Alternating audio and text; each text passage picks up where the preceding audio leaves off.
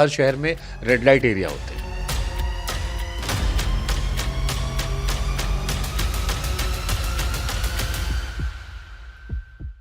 क्या होते हैं red light area? Red light areas इलाके होते हैं जो कि आइडेंटिफाइड होते हैं कि वहाँ पे कोठे हैं। जो दिल्ली का रेड लाइट एरिया है वहाँ पे 2500 से 2800 औरतें रह रही हैं और वहाँ पे कभी मैंने किसी पॉलिटिशियन को चढ़ते हुए नहीं देखा। वहाँ पे रात रात में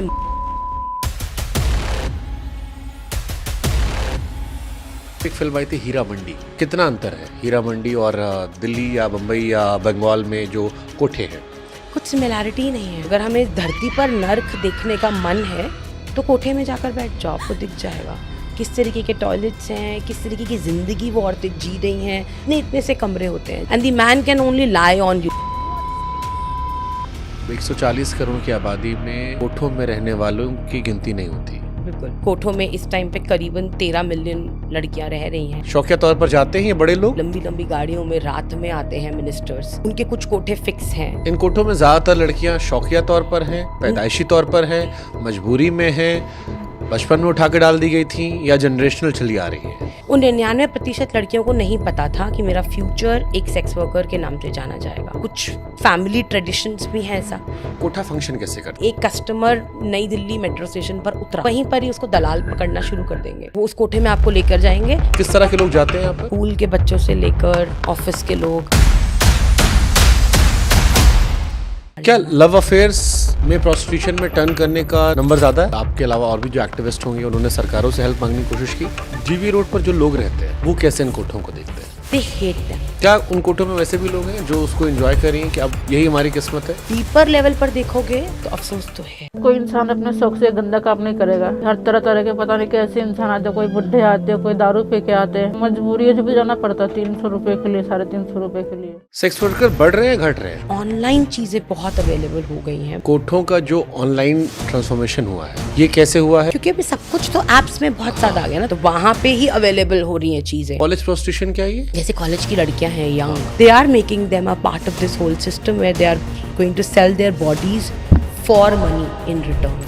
सेक्स वर्कर जरूरी है सोसाइटी के लिए? उन मर्दों से आप मुझे सेफ रख रहे हो जिसको हम इजीली बोल रहे हैं कि मर्द जाति ऐसी होती है ना, उनको तो चाहिए, तो उनको करो ना कोठों में बंद। जो विदेशों में सेक्स वर्कर्स हैं वो ऑर्गेनाइज हैं, मर्जी वाले हैं, या वहाँ भी ऐसे ही होता है? सेक्स वर्कर जो होते हैं वो पुलिस वालों को मददगार मानते हैं या परेशानी की वजह? दोनों। जो लोग यहाँ आते हैं उनकी मेंटालिटी क्या होती है? मैं तो 200 रुपए दे रहा हूँ, मेरा जो मन करेगा मैं इस लड़की के साथ करूंगा। क्या फ्यूचर देख रहे हैं कोठों का आप इंडिया में? और बर्बादी होगा। अभी 7 मिनट पे एक उठ रही है, धीरे धीरे 3 मिनट पे उठेगी और शायद।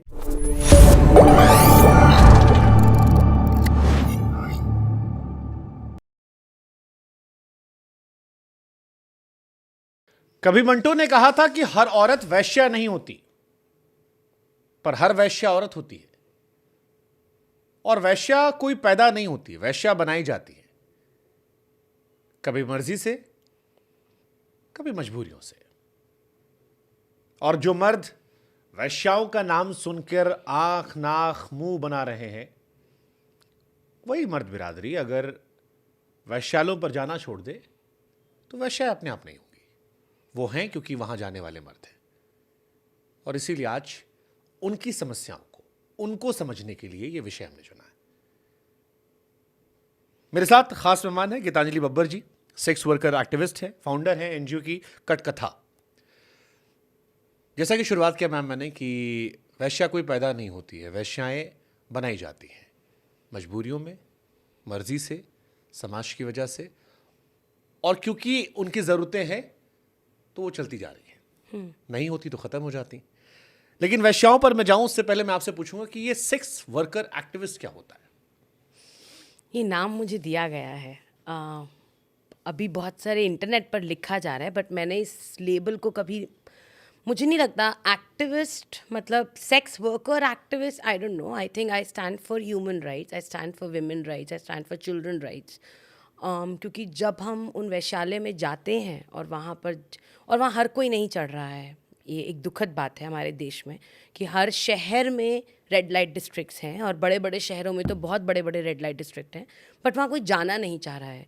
और शायद क्योंकि कटकथा वहाँ जा रहा है और हम लोग वहाँ 14 साल से बहुत दिल से ज़मीनी तौर पर काम कर रहे हैं, तो इसलिए सेक्स वर्कर एक्टिविस्ट नाम दे दिया गया है, but that's not a label जो कि मैं अपने आप लिखती हूँ। कभी कहीं पर असहज भी। होते हो आप जब कभी? कभी असहज होते हो जब कोई कहता है कि ये सेक्स वर्कर एक्टिविस्ट है, या आप उनमें डील करते हो जो प्रोस्टिट्यूशन में है? सेक्स वर्कर एक्टिविस्ट या प्रोस्टिट्यूशन में डील करना दोनों सेम ही चीज़ है। हाँ, वही मैं कह रहा हूँ। कभी कभी जब कोई कहता है ऐसा आपकी पहचान बताते हुए, तो आप असहज महसूस करते नहीं, मुझे इन सब बातों से कोई फ़र्क नहीं पड़ता है, क्योंकि ये सब लेबल्स हैं। अगेन आई सेड, मेरे को मेरा काम पता है। मैं आज पॉडकास्ट में भी आई हूँ क्योंकि मेरा एक मकसद है कि मुझे ये आवाज़ें जो मुझे कोठों के अंदर की आवाज़ें सुनाई देती हैं और बाहर की दुनिया को नहीं सुनाई दे रही हैं, तो मेरा फ़र्ज़ है कि मैं वो कहानियाँ सुनाऊँ। अब आप वो मुझे सेक्स वर्कर एक्टिविस्ट के नाम से सुनना चाह रहे हो, आप मुझे एक सामाजिक कार्य करने वाली लड़की के नाम से जानना चाह रहे हो, गीतांजलि के नाम से जानना चाह रहे हो, फाउंडर बोल रहे हो, डायरेक्टर बोल रहे हो, समाज सेविका बोल रहे हो, these labels doesn't matter. What matters is कि वो कहानियाँ बाहर आनी चाहिए। That's the only mission. Okay, मैं इसके बिल्कुल बेसिक से शुरू करता हूँ। आपने कहा हर शहर में रेड लाइट एरिया होते हैं। क्या होते हैं red light area? Red light areas ऐसे कुछ इलाके होते हैं जो कि शहर में आइडेंटिफाइड होते हैं कि वहाँ पे कोठे हैं, उन कोठों के अंदर लड़कियाँ, everybody knows that these are identified areas, और वहाँ पे अंदर लड़कियों को लाया जाता है बेचने का काम करना, और वहाँ पे ही सारे के सारे जो मर्द, आपने जैसे इनिशियली बोला, तो उन्हें भी पता होता है। वैसे तो बहुत अलग अलग जगह पर छोटे छोटे कोठे चल रहे हैं। दिल्ली में भी अगर देखोगे तो एक रेड लाइट एरिया है जहाँ पर 77 कोठे एक साथ हैं, बट अगर आप और जगह पर भी जाते हो, सीलमपुरी जाते हो, लक्ष्मी नगर जाते हो, शकरपुर जाते हो, तो छोटे छोटे कोठे वहाँ पर भी चल रहे हैं। बट रेड लाइट एरिया एक प्रॉपर इलाका है। जैसे जो दिल्ली का रेड लाइट एरिया है, वहाँ पे 2500 से 2800 औरतें रह रही हैं उन कोठों में। आप सोनागाची की बात करोगे तो वहाँ पे करीबन 40-45 हज़ार औरतें हैं बंगाल में। अगर आप मुंबई की बात करोगे तो वहाँ पर करीबन 20 से 25 हज़ार औरतें हैं। अगर आप पुणे में बुधवार पेट की बात करोगे तो वहाँ पर भी हज़ारों औरतें हैं। सो ये आइडेंटिफाइड एरियाज़ हैं which is illegal, but they are running. ये ऑर्गेनाइज कोठे हैं, ऑर्गेनाइज तरीके से प्रोस्टिट्यूशन चल रहा है, ये जानते हुए कि इलीगल है? ऑर्गेनाइज तो हम नहीं बोल सकते, बिकॉज ऑर्गेनाइज का मतलब तो मैं ये भी मानती हूँ कि फिर सरकार वहाँ पे फैसिलिटीज़ दे रही है, वहाँ पे उन औरतों के पूरे आइडेंटिटी कार्ड, जैसे जब मैं फॉरेन कंट्री गई हूँ और वहाँ के कोठों में देखा है, तो वहाँ की औरतों के पास अधिकार हैं, उनके पास सारे कार्ड्स हैं, सब कुछ है। पर यहाँ तो एक 3 साल की बच्ची को बेच दिया जाता है और उसके जितने भी कार्ड्स वार्ड्स हैं वो कभी बनते ही नहीं है लाइफ में। उसे पता ही नहीं होता कि मैं कहाँ से हूँ, मेरा क्या बैकग्राउंड है, मैं हिंदू हूँ, मुसलमान हूँ, उसे नहीं पता है। वहाँ पर आकर उसको जो बताया गया है, जो कहानी दी गई है पूरी ज़िंदगी, जिस मालकिन ने उसको ख़रीदा है, वही उसकी सच्चाई है। वहाँ पे कभी मैंने किसी पॉलिटिशियन को चढ़ते हुए नहीं देखा है वोट मांगने के लिए। वहाँ पे रात रात में मर्डर्स हो जाते हैं, मैंने कभी नहीं देखा है कि कोई वहाँ पर आकर कंसर्न शो कर रहा है। वहाँ पे कोठों में आग लग जाती है। आती हैं लोग, ऐसा नहीं है कि लोग बिल्कुल नहीं आते हैं, मगर वो आके बस एक देखकर, अच्छा इन लोगों को मुआवजा मिलना चाहिए, बट मुआवजा किस बेसिस पे मिलेगा? उनके पास कोई कार्ड्स ही नहीं है, उनके पास कोई आधार कार्ड, राशन कार्ड, बूढ़ी हो रही हैं वो औरतें, कोई ओल्ड एज कार्ड, कुछ भी नहीं है। अब हम लोग कोशिश कर रहे हैं उन सब का बनवाने के लिए, but otherwise they don't exist. उनका काउंटिंग नहीं है हमारे देश में। तो जिस इंसान का काउंटिंग नहीं है, हम उसको ऑर्गेनाइज तो नहीं बोल सकते। मतलब 140 करोड़ की आबादी में कोठों में रहने वालों की गिनती नहीं होती। बिल्कुल, हमें तो ऐसा ही लगता है। बाकी कोठों में इस टाइम पे करीबन 13 मिलियन लड़कियां रह रही हैं, ऐसा डेटा भी कह रहा है। बट 13 मिलियन, बट उनके पास कोई कार्ड नहीं है, कुछ आइडेंटिटी नहीं है। 1 करोड़ 30 लाख महिलाएं देश में। ये तो एक गिनती है, मुझे तो लगता है काफ़ी होंगी और ज़्यादा। आपने कहा कि उन कोठों की सीढ़ियों पर कोई जाता नहीं जब वो परेशान होती हैं। शौकिया तौर पर जाते हैं नेता लोग, शौकिया तौर पर जाते हैं ये बड़े लोग जो वोट मांगने नहीं जाते या इन्हें देखकर मुंह बनाते हैं? मैंने खुद नहीं देखा है, लेकिन मैंने बहुत कहानियाँ सुनी हैं। जब मैं नई नई गई थी तो मुझे बहुत कहानियाँ पता चलती थी कि लंबी लंबी गाड़ियों में रात में आते हैं मिनिस्टर्स और वो उनके कुछ कोठे फिक्स हैं। उन्हीं कोठों में से वो लड़कियां भी फिक्स्ड होती हैं, जो लड़कियां मुंह नहीं खोलेंगी, जो लड़कियां चू नहीं करेंगी, जो लड़कियां आराम से सरेंडर कर देंगी उस इंसान के आगे, और जो लड़की खूबसूरत है, फेयर स्किन है, वो लड़कियां उन गाड़ियों में जाती हैं, रात भर उनको उनके साथ रहना होता है, and then next morning they are dropped off. तो मैं ये नहीं बोलूँगी कि मिनिस्टर्स वहाँ पे शौकिया नहीं गए हैं, ऑफकोर्स जाते हैं, और ऑफकोर्स वो लड़कियाँ वहाँ पर भी उनके लिए भेजी भी जाती हैं उनके घरों में। इन कोठों में ज़्यादातर लड़कियां शौकिया तौर पर हैं, पैदाइशी तौर पर हैं, मजबूरी में हैं, बचपन में उठा के डाल दी गई थी, या जनरेशनल चली आ रही हैं? हर तरीके की लड़कियां हैं, लेकिन 99% औरतें जो वहाँ पर इस टाइम पर हैं, दिल्ली के जीबी रोड के उन 77 कोठों की मैं बात और क्लियरली कर सकती हूँ।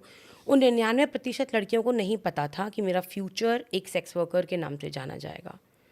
तो वो या तो शादी करी गई है और उनको उनके पति ने आकर बेच दिया, या फिर कोई औरत अपने घर में गांव में बाहर खेल रही थी, बच्ची 12 साल की 13 साल की, उसको किडनैप करके चाय में कुछ मिला के पिला दिया गया, और जब वो उसको होश आया तो वो बिक रही थी कोठे के अंदर।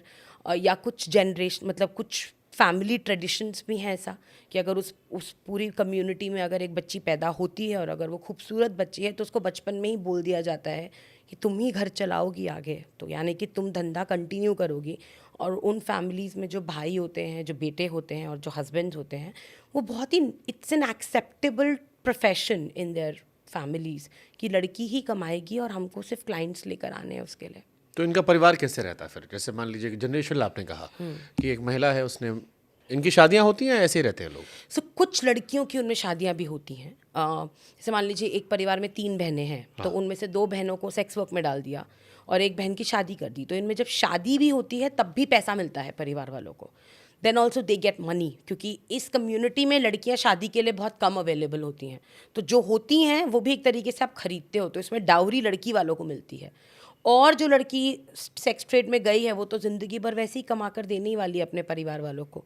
तो इस तरीके से इनकी फैमिली आगे बढ़ती चली जाती मैंने है। ऐसा कोई किस्सा बंगाल का सुना था। मेरे घर में एक ड्राइवर थे, तो वो गए, उन्होंने कहा कि वो बंगाल से गए हैं, वहाँ शादी की है, 80,000 रुपये में अपनी वाइफ लेकर आए। तो क्या वो किसी कोठे से लेकर आए होंगे?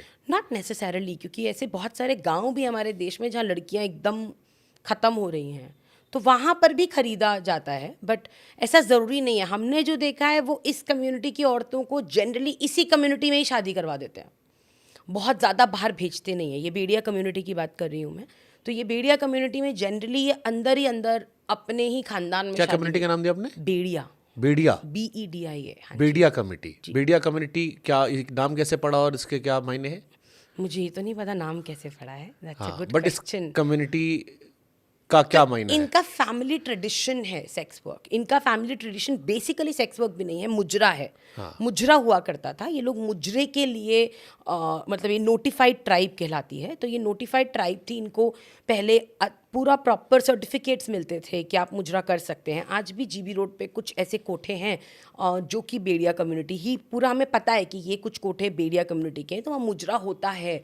बट इवेंचुअली अब क्योंकि जीबी रोड की कंडीशंस भी, जैसे पहले जब मैं कहानियाँ सुनती हूँ तो पहले जीबी रोड पे बहुत अमीर लोग भी आते थे और हर तरीके के लोग आते थे, क्योंकि पहले एक्चुअली जब तवाइफ्स वगैरह होती थी तो एक अलग रौब भी था सेक्स वर्कर्स का, जो अब पिछले कुछ सालों में बहुत ही पैथेटिक कंडीशन हो चुकी है। मतलब आज की डेट में जीबी रोड पे ऐसी हालत है। अभी हमने एक नई टीचर रिक्रूट करी है और वो उन्होंने शेयर करा, अभी उनको 1 ही महीना हुआ है, and every 4th day she is feeling unwell.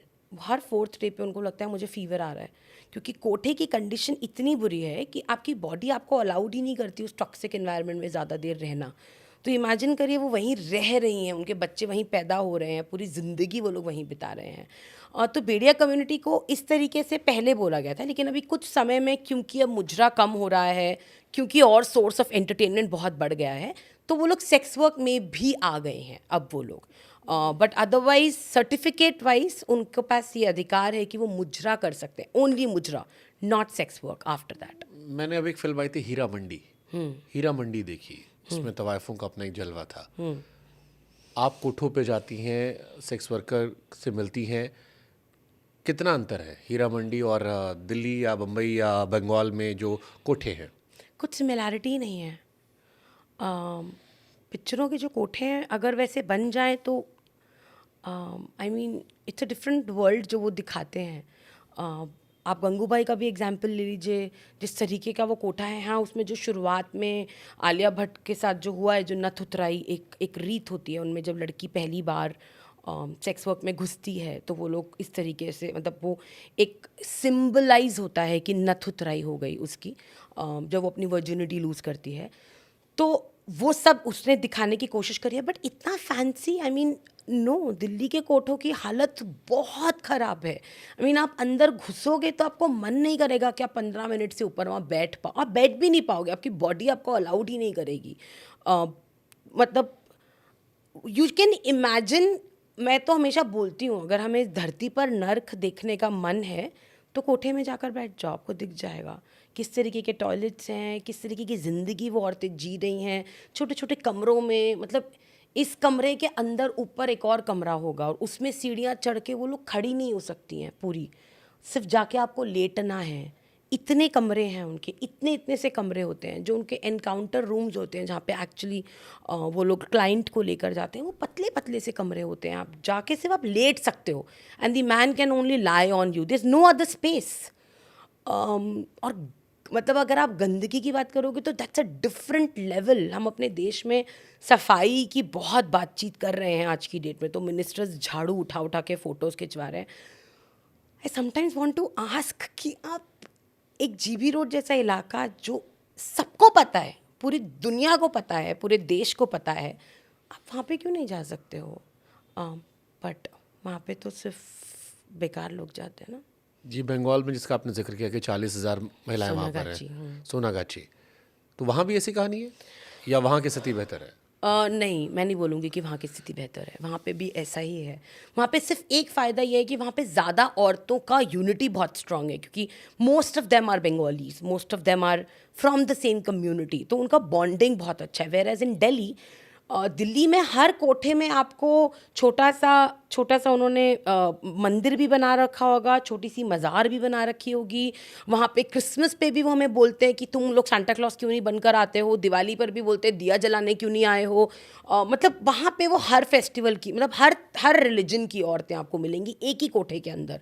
कुछ ऐसे कोठे हैं जो फेमस हैं कि यहाँ पे सिर्फ नेपाली औरतें, नेपालीज वेमेन हैं, या कुछ कोठे हैं जहाँ पर बोला जाता है कि ये मतलब थोड़ा अलग है, आंध्रा की औरतें यहाँ पर ज़्यादा हैं. बट इन जनरल हर कोठे में हर तरीके के, हर एरिया की औरतें मिलेंगी. तो यूनिटी यहाँ पे कम है दिल्ली में कंपैरेटिवली, बट सोनागाची में यूनिटी थोड़ी ज़्यादा है. इंडिया में सबसे बद से बदतर कोठे कहाँ पर है, सबसे बेहतर कोठे कहाँ पर है? इंडिया में तो मुझे नहीं लगता बेहतर कोठे हैं. मैंने बुधवार पेट भी देखा है, छोटू टाइनी रूम्स, ऊपर माँ बेड पर क्लाइंट अटेंड कर रही है और बेड के नीचे बच्चे को सुला रखा है.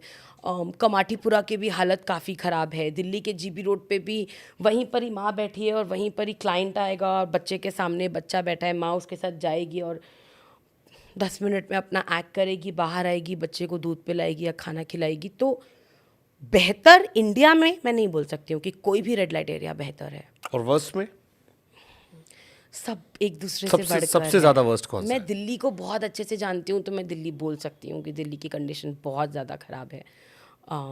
बट हाँ, आई थिंक मुंबई भी कोई बहुत साफ़ नहीं है. मुंबई की भी हालत बहुत ख़राब है. इंडिया में सेक्स वर्कर जो हैं वो लीगलाइज नहीं है. कभी कोई ऐसा दौर रहा इतिहास में, क्योंकि अब आप उनके बीच में उठते बैठते होंगे, वो आपको किससे कहानी सुनाते होंगे, कि किसी दौर में वो लीगलाइज था या वेल ऑर्गेनाइज था? लीगलाइज तो देखिए, उनको ये सब बातें नहीं पता है, क्योंकि उनको ये पता है कि मेरे को तो पता ही नहीं है यहाँ पे मैं आने वाली हूँ. मैं जिस दिन आई हूँ तब हमारी दीदियों के साथ अब ऐसा है कि अगर उनका, तभी बीच में हमारा एक घर है नोएडा में ही जहाँ पे सब औरतें रहती हैं, तो वहाँ पे एक दीदी काम कर रही थी, उनके चोट लग गई, खून निकलने लग गया. तो मेरे को बहुत डर लग रहा था, मतलब कि दर्द हो रही है. उसने मुझे बोला डरो मत दीदी. मैं इतना पिटी हूँ अपनी ज़िंदगी में, बचपन में मैं इतना पिटी हूँ कि मुझे ये छोटे मोटे खून से कुछ फ़र्क नहीं पड़ता है. And that was a big cut.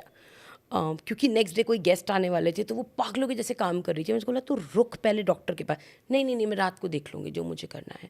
सो उनको लीगलाइज, अगर आप उनसे जाके सब बातें करोगे ना, तो वो हंसते हैं आपके चेहरे पर और बोलते क्या लीगलाइज और इलीगल की तुम मुझसे बात कर रही हो. मेरे को यहाँ पे मैं रोज़ डर में सोती हूँ. मेरी बच्ची है एक, अभी तो बड़ी हो गई है. हम एक शेयरिंग सर्कल करते हैं अपना, हर रोज़ हमारा दिन का एंड होता है शेयरिंग सर्कल से. तो उसमें एक सवाल था कि आपको सबसे ज़्यादा डर किस चीज़ से लगता है, तो उस बच्ची ने बोला मुझे रात को सोने से डर लगता है, क्योंकि जब मैं सोऊंगी तो पुलिस वाले या कोई ना कोई अंकल आके मेरी मम्मी को पीटेंगे, और अगर पुलिस वाले अंकल आ गए तो वो पीट पीट के मेरी मम्मी को लेकर चले जाएंगे, तो मुझे वो ऐसा रात में होगा ये सोच के डर लगता है। तो मुझे नींद आने से डर लगता है कि अगर मैं सो गई और मेरी मम्मी को ले गए तो फिर मेरे को कौन देखेगा। पुलिस वाला क्यों पीटेगा प्रोस्टिट्यूशन? क्योंकि पैसे या हनक या फ्रस्ट्रेशन? पैसा। क्योंकि वहाँ पे मतलब ये एक अनऑर्गेनाइज सेक्टर है, बट इनफॉर्मली ये बहुत ऑर्गेनाइज्ड है। क्योंकि अगर एक लड़की आ रही है छोटी सी दूर गांव से आ रही है, 2-3 स्टेशन ट्रेन बदल बदल कर आ रहे हैं, दिल्ली के एक कोठे में चढ़ रही है, तो आपको लगता है कि ये ऐसे ही हो सकता है? नहीं, हर स्टेशन पे लोग हैं, हर स्टेशन पर पैसा दिया जाता है। जब दिल्ली में भी आते हैं तो आई एम श्योर पैसा देते हैं, और जो मैंने सुना है हफ्ता जाता है पुलिस वालों के पास। तो अगर ऐसा में किसी ने हफ्ता नहीं दिया या कभी, और बहुत बार ऐसा भी होता है कि क्लाइंट्स नीचे चले जाते हैं और वो लोग गलत कहानियाँ भी बता देते हैं कि मेरे 50,000 रुपये ले लिए या मेरे 60,000 रुपये ले लिए, तो पुलिस वाले उनको बोलते ठीक है ऊपर चलते हैं, तो 1 लाख बोलियो।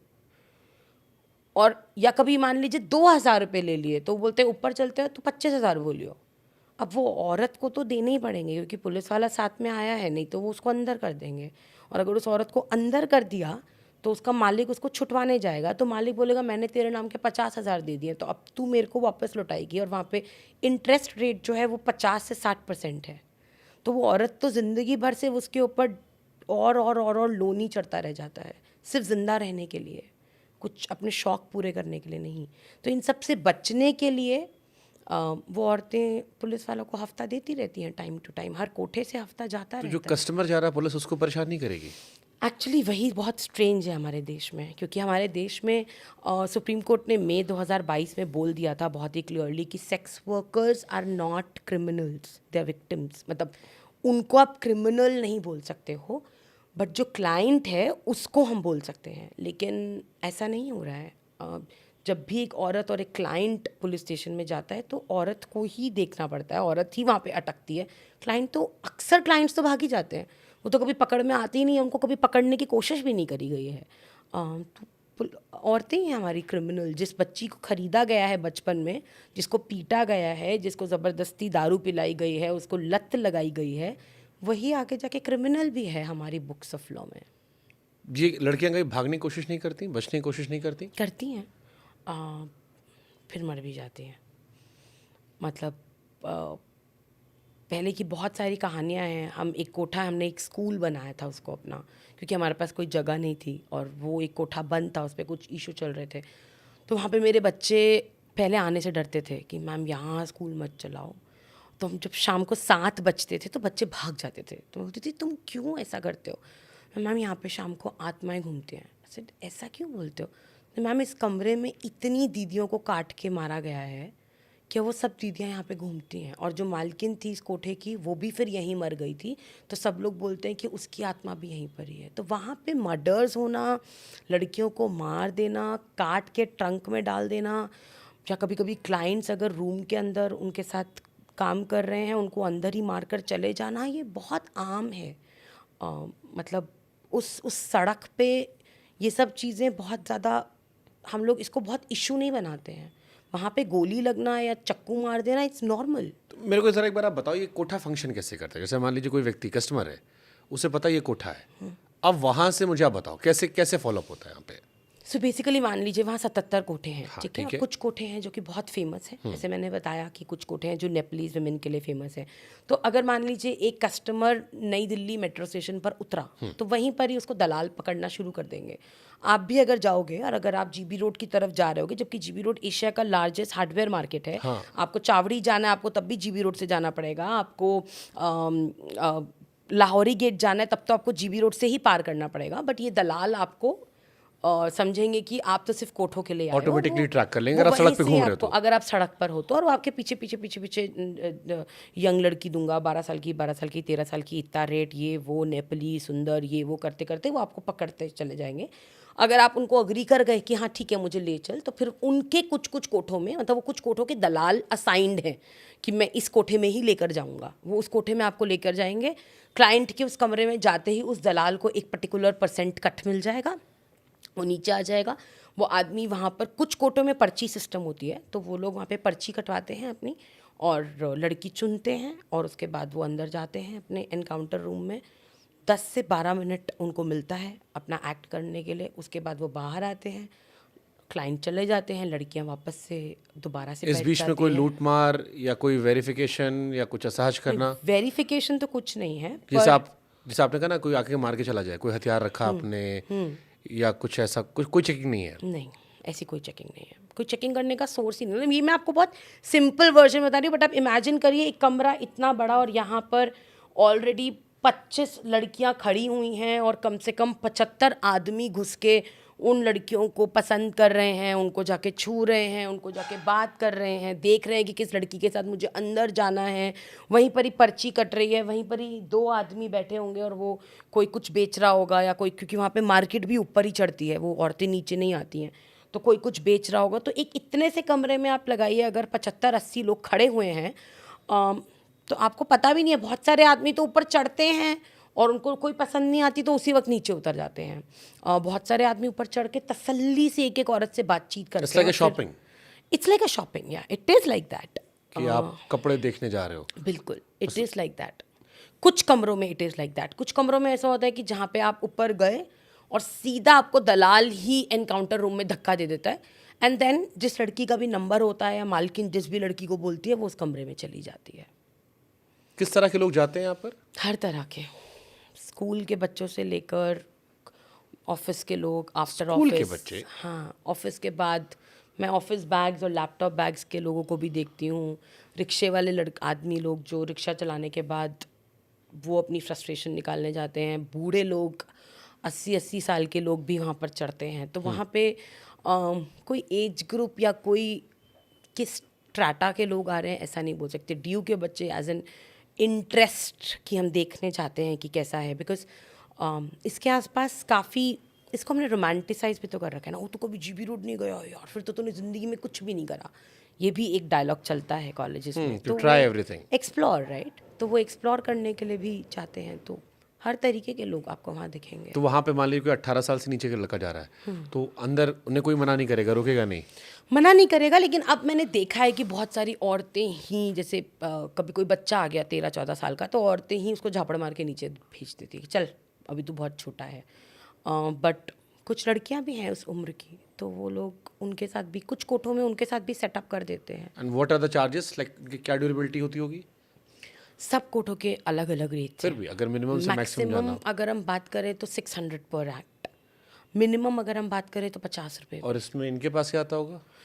वो भी हर लड़की का अलग डिपेंड करता है। तो अगर लड़की बहुत यंग है और अभी अभी उसको ख़रीदा गया है तो ज़ीरो, उसके पास कुछ अमाउंट नहीं जाएगा at least for the next 4-5 years. जब वो लड़की खुद एक तरीके से इस चीज़ को समझ जाएगी कि अब क्योंकि मैं यहाँ आ ही चुकी हूँ, so let me learn the art of how to survive in a brothel, तो वो विक्टिम से सर्वाइवर के उसमें आ जाती है। बट वो भागती नहीं है वहाँ से, क्योंकि भाग नहीं सकती है, बट वो वहाँ की लैंग्वेज समझ जाती है।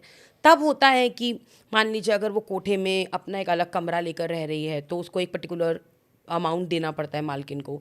मान लीजिए वो बोलती है नहीं मुझे अलग नहीं रहना है, सबके बीच में रहना है, जो आप खाना बना रहे हो मैं भी वही खाऊंगी और आपके हिसाब से ही चलूँगी, तो उसको कम पैसा मिलेगा क्योंकि खाना वाना सब कुछ मालकिन ही देख रही है। एज वाइज डिपेंड करता है। द मोर आप जितने बड़े होते चले जाते हो उतना ही आप कम कट देना शुरू कर देते हो, लेकिन आपका रोल बढ़ जाता है।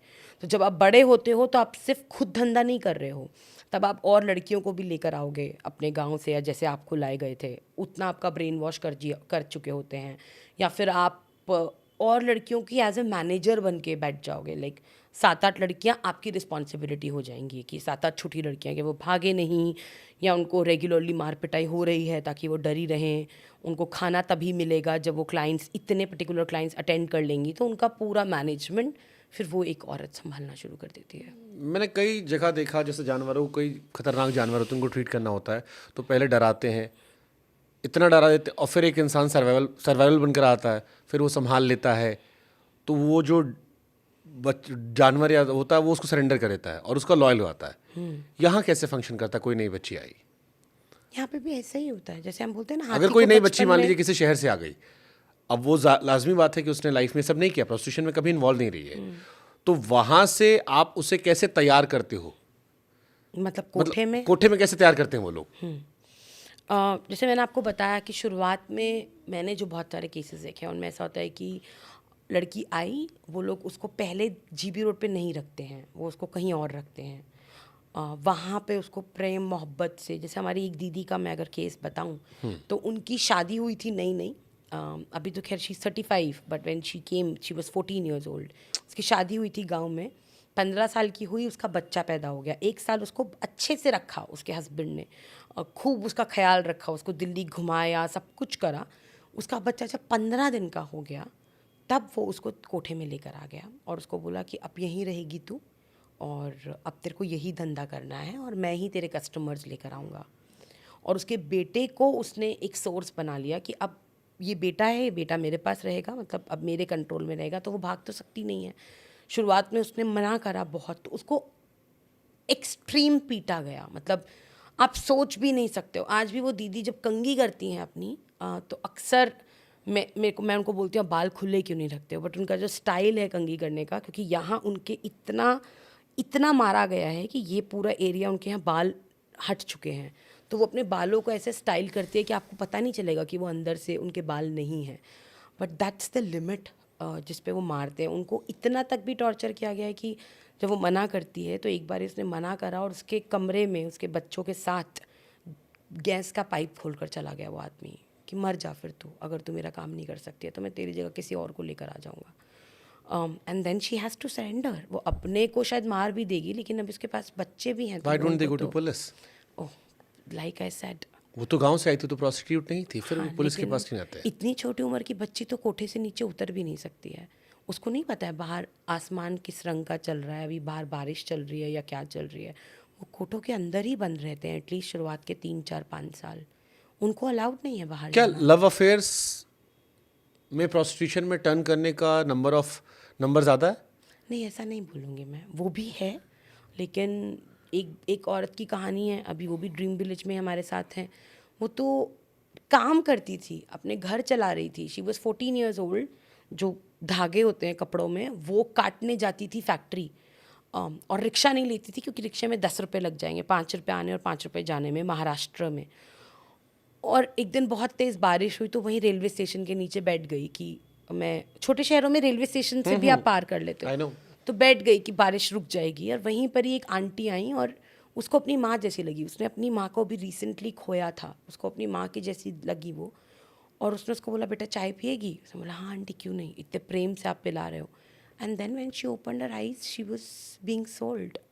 80,000 रुपये देकर उसको, वो औरत ने उसके सामने 80,000 रुपये लिए और वो चली गई, और गांव में जाकर ये बता दिया कि वो खुद से अपनी मर्जी से दिल्ली के जीबी रोड पर जाके बिक गई है। तो वो लड़की 4 5 साल तक तो नहीं निकल पाई, लेकिन जब उसका बेटा पैदा हो गया 4 5 साल के बाद, तो एक टाइम के बाद कोठे वालों को पता है कि अभी भागेगी नहीं, तो वो भी उसको बोलते हैं कि ठीक है अब तेरे को जहाँ जाना जा, क्योंकि अब वो उसको अंदर तक इतना तोड़ चुके हैं कि वो उसको ये बता चुके हैं कि अगर तू बाहर जाएगी भी, तो जितने भी आदमियों से मिलेगी ना, वो सब तेरे को गंदी नज़र से देखेंगे, क्योंकि वो तेरे साथ कभी ना कभी तो सोए होंगे। तो वो औरत को इतना डाल देते हैं उसके दिमाग में कि अब तू नहीं बची है बाहर की दुनिया के लिए, so you better die here. So but वो फिर भी गई अपने गांव जस्ट टू फाइंड आउट, रहने नहीं गई थी, देखने गई थी। तो उसने देखा कि उसकी फ़ोटो पर माला है। उसके बाप ने उसको हाथ जोड़कर बोला कि गांव में ये बात सबको पता चल चुकी है कि तू कोठों में थी, अब मेरे को अपनी शक्ल दोबारा मत दिखाई ज़िंदगी में। तो उसके पास कोई और ऑप्शन ही नहीं था, बेटा साथ में था, वो वापस उसी कोठे में आ गई। तो हम ये नहीं बोल सकते हैं कि सिर्फ लव अफेयर की वजह से एक लड़की को उसमें डाला गया है, सबके अलग अलग रीजंस हैं। एक दीदी हैं जो कि डिप्रेशन का शिकार हैं पिछले 18 सालों से, 20 सालों से, और वो 13 साल की थी, अपने गांव में बाहर खेल रही थी बंगाल में, और खेलते खेलते उन 8 लड़कियों में से उनको पिक कर लिया गया। आज वो शायद 45 ईयर्स की होंगी, तब से लेके आज तक वो कोठे पर ही हैं। और अब तो उनकी हालत ऐसी हो गई है कि अगर वो डिप्रेशन की गोली नहीं खाती हैं तो वो कुछ भी कर सकती हैं। मतलब बीच में वो 3 महीने के लिए गायब हो गई थी, उनका बेटा कोठे में ही था, और वो गायब हो गई थी. And when she was found naked on the streets because she was not in her senses, क्योंकि उनको गोली नहीं मिली थी उनकी डिप्रेशन की. तो वहाँ की मतलब हम लोग अक्सर देश में अलग अलग बातें करते हैं क्रूअलिटी के ऊपर, टेररिज्म के ऊपर. मुझे तो ऐसा लगता है कि अगर हम जीबी रोड जैसी जगह पर जाएंगे तो वहाँ तो रोज़ ये सब कुछ हो रहा है. वहाँ लड़कियों की ज़िंदगी की कोई वैल्यू ही नहीं है, बट हम वहाँ देख ही नहीं रहे हैं. हम लाल किले पे झंडा फहरा देते हैं हर साल बहुत ही शौक से. हम लोग या अपने रामलीला मैदान में जाके स्वेर इन सेरेमनीज कर देते हैं, बट उससे 1 किलोमीटर दूर हम ये नहीं देख रहे हैं कि दिल्ली का जो सबसे ज़्यादा इम्पॉर्टेंट इलाका है, जहाँ पे हम बोलते हैं ना महिलाएं ही देश का फ्यूचर हैं, वो महिलाओं के साथ क्या हो रहा है. We don't want to see that area. हम ब्लाइंड हैं उस एरिया के लिए. कभी आप जैसे आपके अलावा और भी जो एक्टिविस्ट होंगे उन्होंने सरकारों से हेल्प मांगने की कोशिश की? बिल्कुल की है. बहुत मैंने तो बहुत दरवाजे खटखटाए हैं. क्या रिएक्शन होता है जब प्रोस्टिट्यूशन को लेकर आप जाते हो हेल्प मांगने की, इनके भी ह्यूमन राइट्स का ख्याल रखा जाए? कुछ लोग ऐसे होते हैं जो बोलते हैं वेरी गुड गीतांजलि, ये काम तो बहुत इम्पोर्टेंट है, मैं देखता हूँ मैं क्या कर सकता हूँ. फिर वो कभी नहीं देखते. कुछ ऐसे भी लोग मुझे मिले हैं जिन्होंने मुझे बोला ओ गीतांजलि जी अभी भी चल रहे हैं दिल्ली में कोठे. तो ऐसे इंसान से तो आपको बात करने का मन ही नहीं करेगा ना, क्योंकि वो उस इलाके में जीत रहे हैं इतने सालों से. वैसे बोलते हैं कि इन कोठों को यहाँ से हटाया जाए क्योंकि आसपास के रेजिडेंट्स अनसेफ फील कर रहे हैं या उनको बेइज्जती फील होती है. और आप मुझसे सवाल को कोठे अभी आप हटवा क्यों नहीं देती कोठों को? अभी रिसेंटली मुझे एक पॉलिटिशियन के बेटे ने बोली ये बात, आप कोठों को हटवा क्यों नहीं देती, साफ करवा दीजिए ना इस गंदगी को यहाँ से. And I looked at him and I was like good, I mean you are going good, our country is going strong with people like you. And I just came out of his office. आप इस ऐसे इंसान से आप क्या बोलोगे? And then I just moved out. I said okay, congratulations, your father got elected. So it's hopeless. मतलब एक बिल्डिंग है जीबी रोड पर, क्योंकि जीबी रोड पर किराया बहुत ज़्यादा है, तो एक छोटे से स्कूल के लिए भी हमें बहुत किराया देना पड़ रहा है. Fundraising is an issue for every organisation. तो वो बिल्डिंग है जो पिछले ऑलमोस्ट 4 सालों से बंद पड़ी है. उसके लिए मैं 4 साल से हर दरवाजे पर चिट्ठियाँ लिख चुकी हूँ. यहाँ तक कि 2 साल पहले ऐसा भी हो गया था कि वो बिल्डिंग में हमने अपने आर्किटेक्ट को बुलाया और सब कुछ उन्होंने हमारे हिसाब से पूरा प्लान कर दिया. वो डूसिप के अंडर आती है, Delhi urban shelter improvement board के अंदर. सरकार बदली और वो बिल्डिंग वापस बकरियां बंधी हुई हैं. अब दूसरी सरकार को सुनना ही नहीं है. तो वहाँ पे जीबी रोड, क्योंकि आपके एजेंडा में, आप कभी मैनिफेस्टो पढ़ेंगे तो आपके एजेंडा में कभी जीबी रोड आएगा ही नहीं. सेक्स वर्कर्स के ऊपर बात ही नहीं आएगी. सुप्रीम कोर्ट ने बोल दिया treat them with respect, but who is treating them with respect? What is we are implementing on the ground? Nobody knows, nobody gives a damn about it. GB road पर जो लोग रहते हैं वो कैसे इन कोठों को देखते हैं? जो जीबी रोड के पीछे रहते हैं, हाँ, जो आसपास इलाके होंगे, मतलब 500 मीटर या 1000 मीटर के आसपास. they hate them. They are their clients also, but they hate them. जैसे आपने शुरुआत में बोला ना कि हम लोग उनके बारे में बात करते हैं कि अरे मतलब बदनाम गलियां हैं, ये हैं वो, तो वहाँ पे वो क्लाइंट बनकर ज़रूर जाएंगे. बट मैंने बहुत सारी वीडियोस ऐसी भी देखी हैं जहाँ पे बोलते हैं हमारी बेटी के लिए हमें रिश्ता करना है, और जब उनको हम बोलते हैं जीबी रोड के पीछे रहते हैं हम, तो आधे लोग तो आते ही नहीं हैं, तो क्यों नहीं हटा देते यहाँ से. वहाँ पे एक स्कूल चलता था बहुत पहले, तो आसपास के रेजिडेंट्स ने वो स्कूल बंद करवा दिया कि इन कोठे वाली के बच्चों को पढ़ाना शुरू कर दोगे अगर तो मतलब क्यों इनको आपको कोई भी फैसिलिटी देनी क्यों है, या इनके बच्चों को कोई भी, इनको इतना रुला दो, इनको इतना तड़पा दो कि ये खुद ही कोठे बंद कर दें. बट वो तो आना ही नहीं चाहती हैं ना वहाँ पे. जो रन कर रहे हैं हमारे देश के बड़े बड़े लोग, उनको बात करो ना. आप उन लड़कियों से क्या बोल रहे हो जो खुद ही वहाँ पे एक रात नहीं रहना चाहती, अपने बच्चे को एक रात नहीं रखना चाहती? क्या उन कोठों में वैसे भी लोग हैं जो उसको एंजॉय कर रही हैं कि अब यही हमारी किस्मत है, ऐसे ही जीना है, मजे कर, उन्हें अब इसमें कोई अफसोस नहीं है? देखिए, डीपर लेवल पर देखोगे तो अफसोस तो है. डीपर लेवल पर अगर आप देखोगे और उन औरतों को एक सपना पूछोगे तो हर दीदी का एक सपना है, मेरे को गृहस्थी जीवन जीना है. मैंने गृहस्थ शब्द वहाँ से उसकी इम्पोर्टेंस समझी है लाइफ में, जो हम लोग बहुत टेकन फॉर ग्रांटेड है. हमारे लिए माँ होना, बाप होना, शादी होना और शादी में सब रिश्तेदारों का आना, it's normal right. For us it's not something, it's not a luxury. उनके लिए ये ज़िंदगी का सपना है कि मुझे गृहस्थी में जीना है, जहाँ पे मेरे सर पे ये ना लिखा हो कि मैं जीबी रोड की कोठे वाली हूँ. और उनके आधार कार्ड्स में भी अब तक जीबी रोड ही लिखा जाता था. फिर हम लोगों ने जब इलेक्शन कमीशन के रिकॉर्ड्स में देखा तो एक्चुअली जीबी रोड का नाम बहुत सालों पहले श्रद्धानंद मार्ग कर दिया गया है, करीबन 38-40 साल पहले, बट उनके कार्ड्स में वो नहीं आ रहा था. तो वो औरतों को अपने कार्ड दिखाने में भी प्रॉब्लम है बाहर जाकर, कि मेरे कार्ड कोई देखेगा और अगर उसने मुझे देखा और उसने मुझे बोला कि अरे तू तो कोठे वाली है, तो मेरी क्या इज्जत रह जाएगी. स्कूल्स नहीं भेजती वो अपने बच्चों को, क्योंकि स्कूल्स में जाके सबसे पहला सवाल होता है बाप का नाम, क्या नाम दे, उन्हें नहीं पता. या वो लोग बोलते हैं कहाँ है आपका घर. तो मेरा एक बच्चा मेरे पास आया, वो 14 साल का था, बहुत ब्राइट बच्चा, और मुझे आके उसने अपना स्कूल बैग डोनेट कर दिया. ही सेड ये मेरा बैग आप रख लो. मैंने कहा क्या करूँगी मैं इसका, तो जो छोटे बच्चों को आप पढ़ा रही हो ना उनके लिए रख लो. तो ऐसे तेरा, मैं नहीं जाऊँगा अब स्कूल में वापस. मैंने कहा क्यों. आज सारे लड़कों ने मुझे बोला डी का बच्चा है, कोठे में रहता है, मैं अब स्कूल में कभी वापस नहीं जाऊँगा. उस बच्चे की गलती है क्या, उस माँ की गलती है क्या. जिसकी गलती है वो देख ही नहीं रहा है. तो और वहाँ पे ये रोज़मर्रा की कहानियाँ हैं, ये एक बच्चे की कहानी नहीं है, ये हमारे हर बच्चे की कहानियाँ हैं. सेक्स वर्कर बढ़ रहे हैं घट रहे हैं.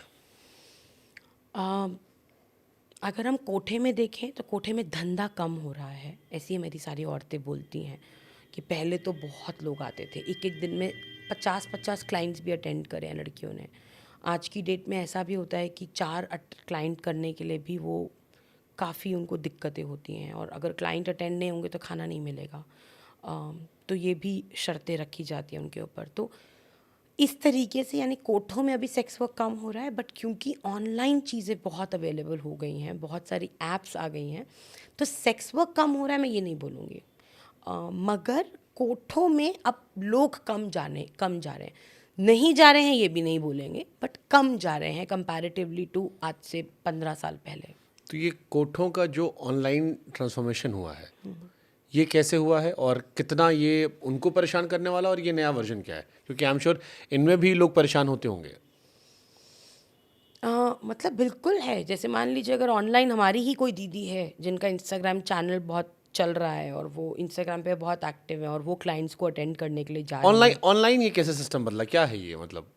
क्योंकि अभी सब कुछ तो ऐप्स में बहुत ज़्यादा आ गया ना. तो अगर आप देखेंगे तो बहुत सारी हुकिंग ऐप्स भी बन चुकी हैं, तो वहाँ पे ही अवेलेबल हो रही हैं चीज़ें. Some are paid where you have to pay, but some are just optional.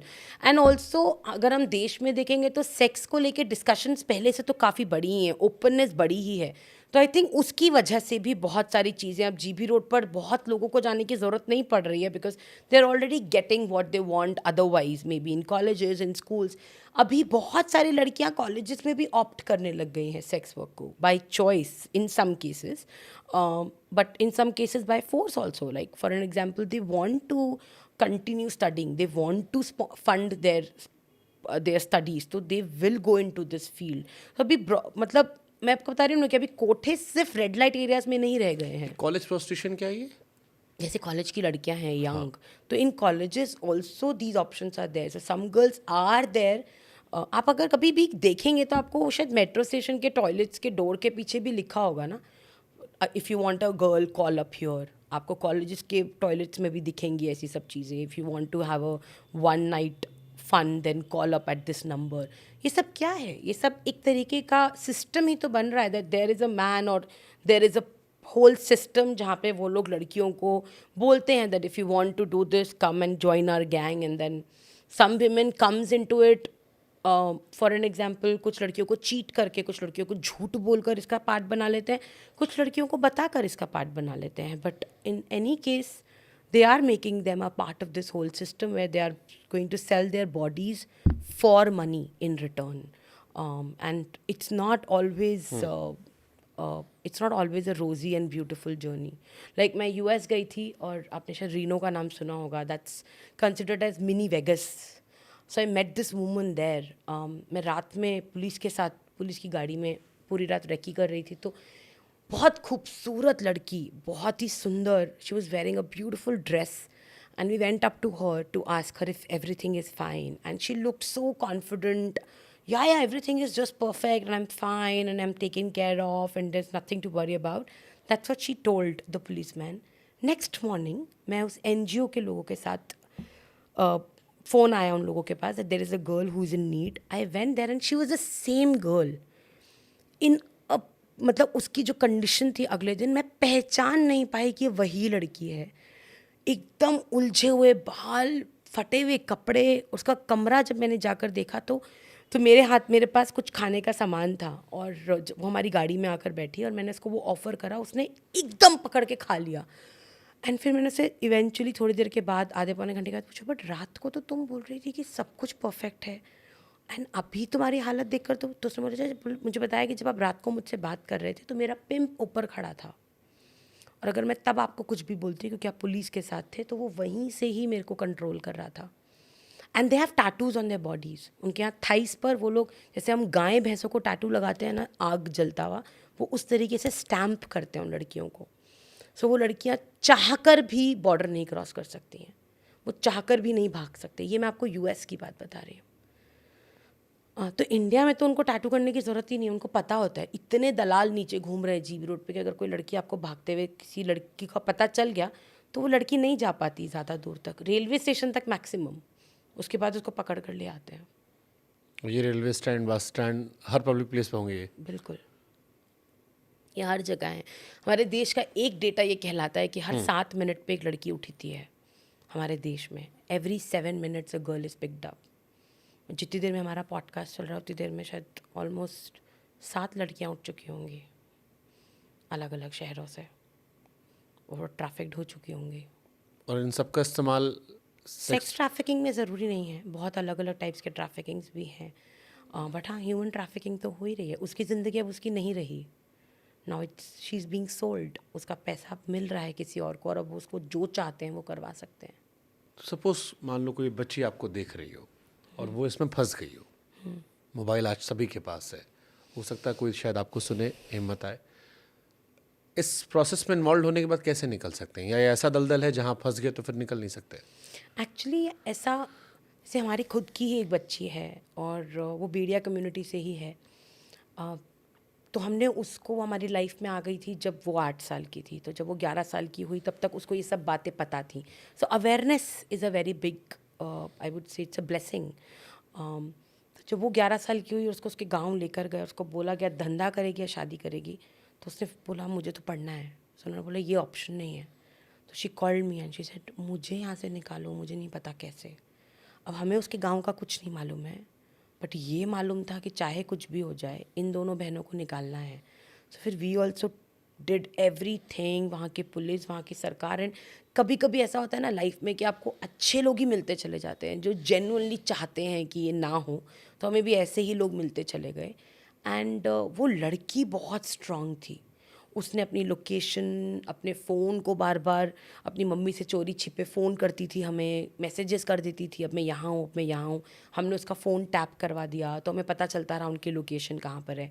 उसको हमने मैसेजेस में ही बोल दिया just be ready, the moment anybody comes into your village उनकी गाड़ी में जाके बैठ जाना, डोंट आस्क एनी क्वेश्चन. तो ये सब कुछ उस बच्ची ने बहुत स्मार्टली करा. And she was out. There was another girl जो GB रोड पर इसी तरीके से आई थी, पढ़ी लिखी लड़की थी. And she also took some customers phone और उसने फ़ोन कर दिया. और उसके पापा काफ़ी रिच एलीट, मतलब काफ़ी रिच लोग थे वो लोग.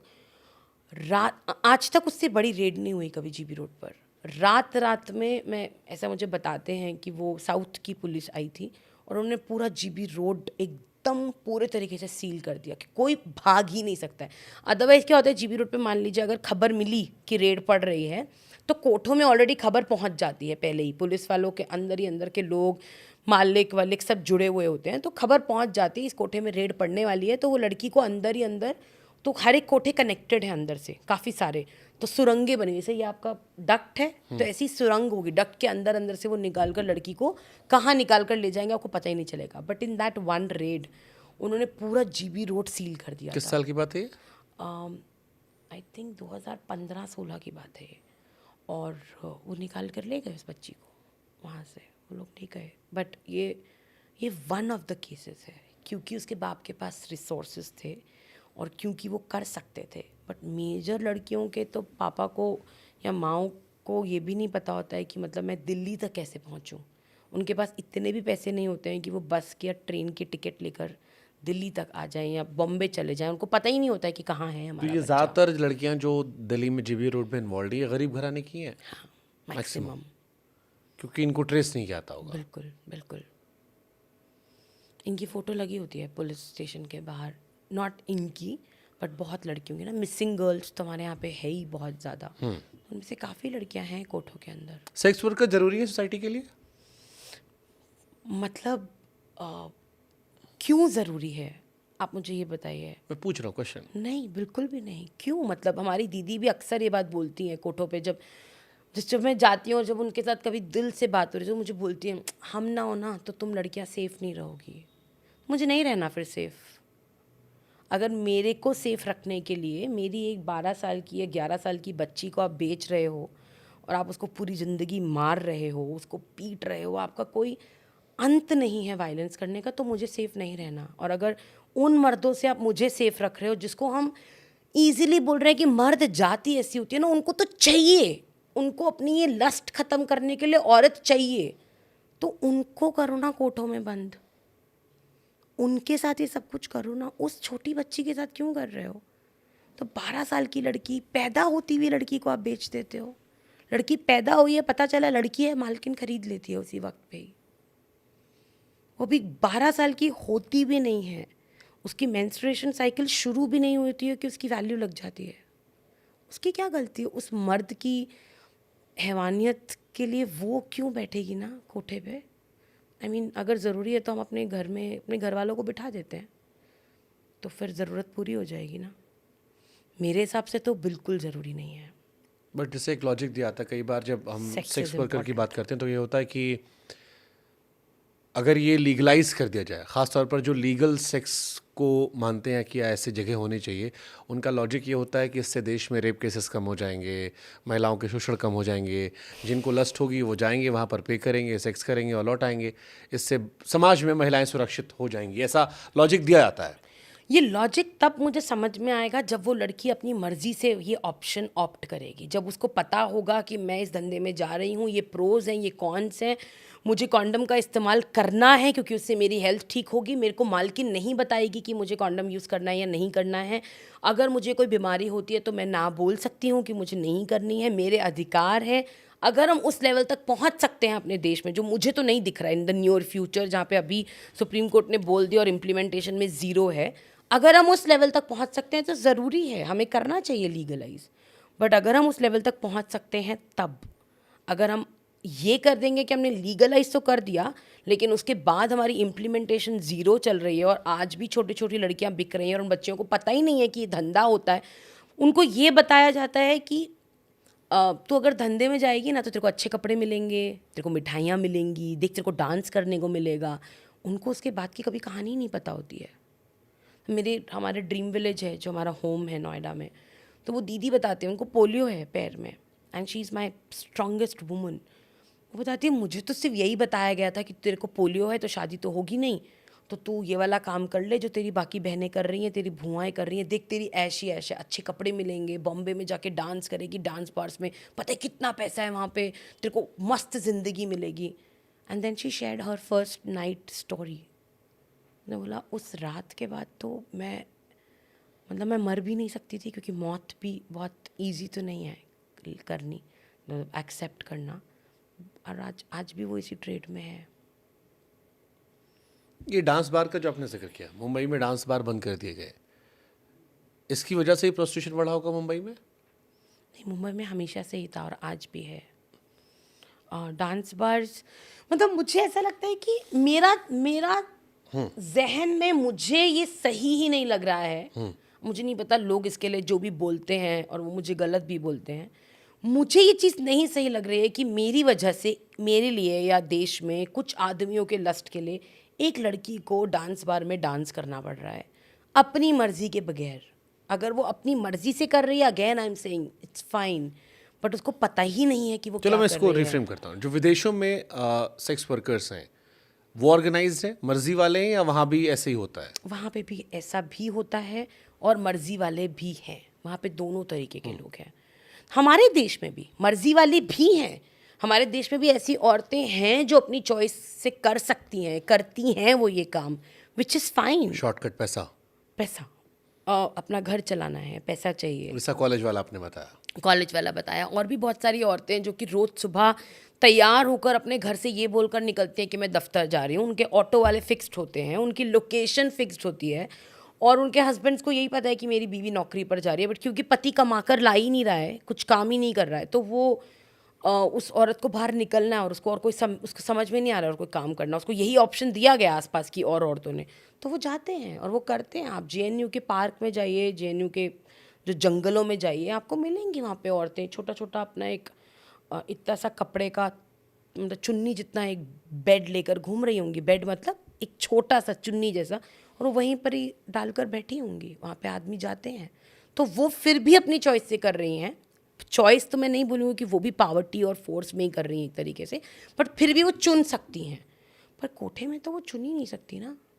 कोटे में भी मैं बीच में हम लोग नाइट वॉक्स करते हैं कि रात को हम GB रोड पर जाते हैं, क्योंकि रात में बहुत सारी ऐसी दीदियाँ मिलती हैं जो दिन में सो रही होती हैं।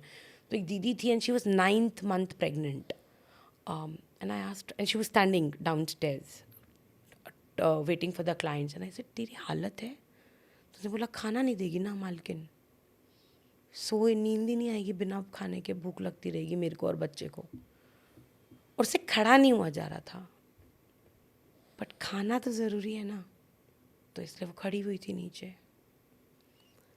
तो वहाँ पे चॉइस नाम की कोई चीज़ नहीं है।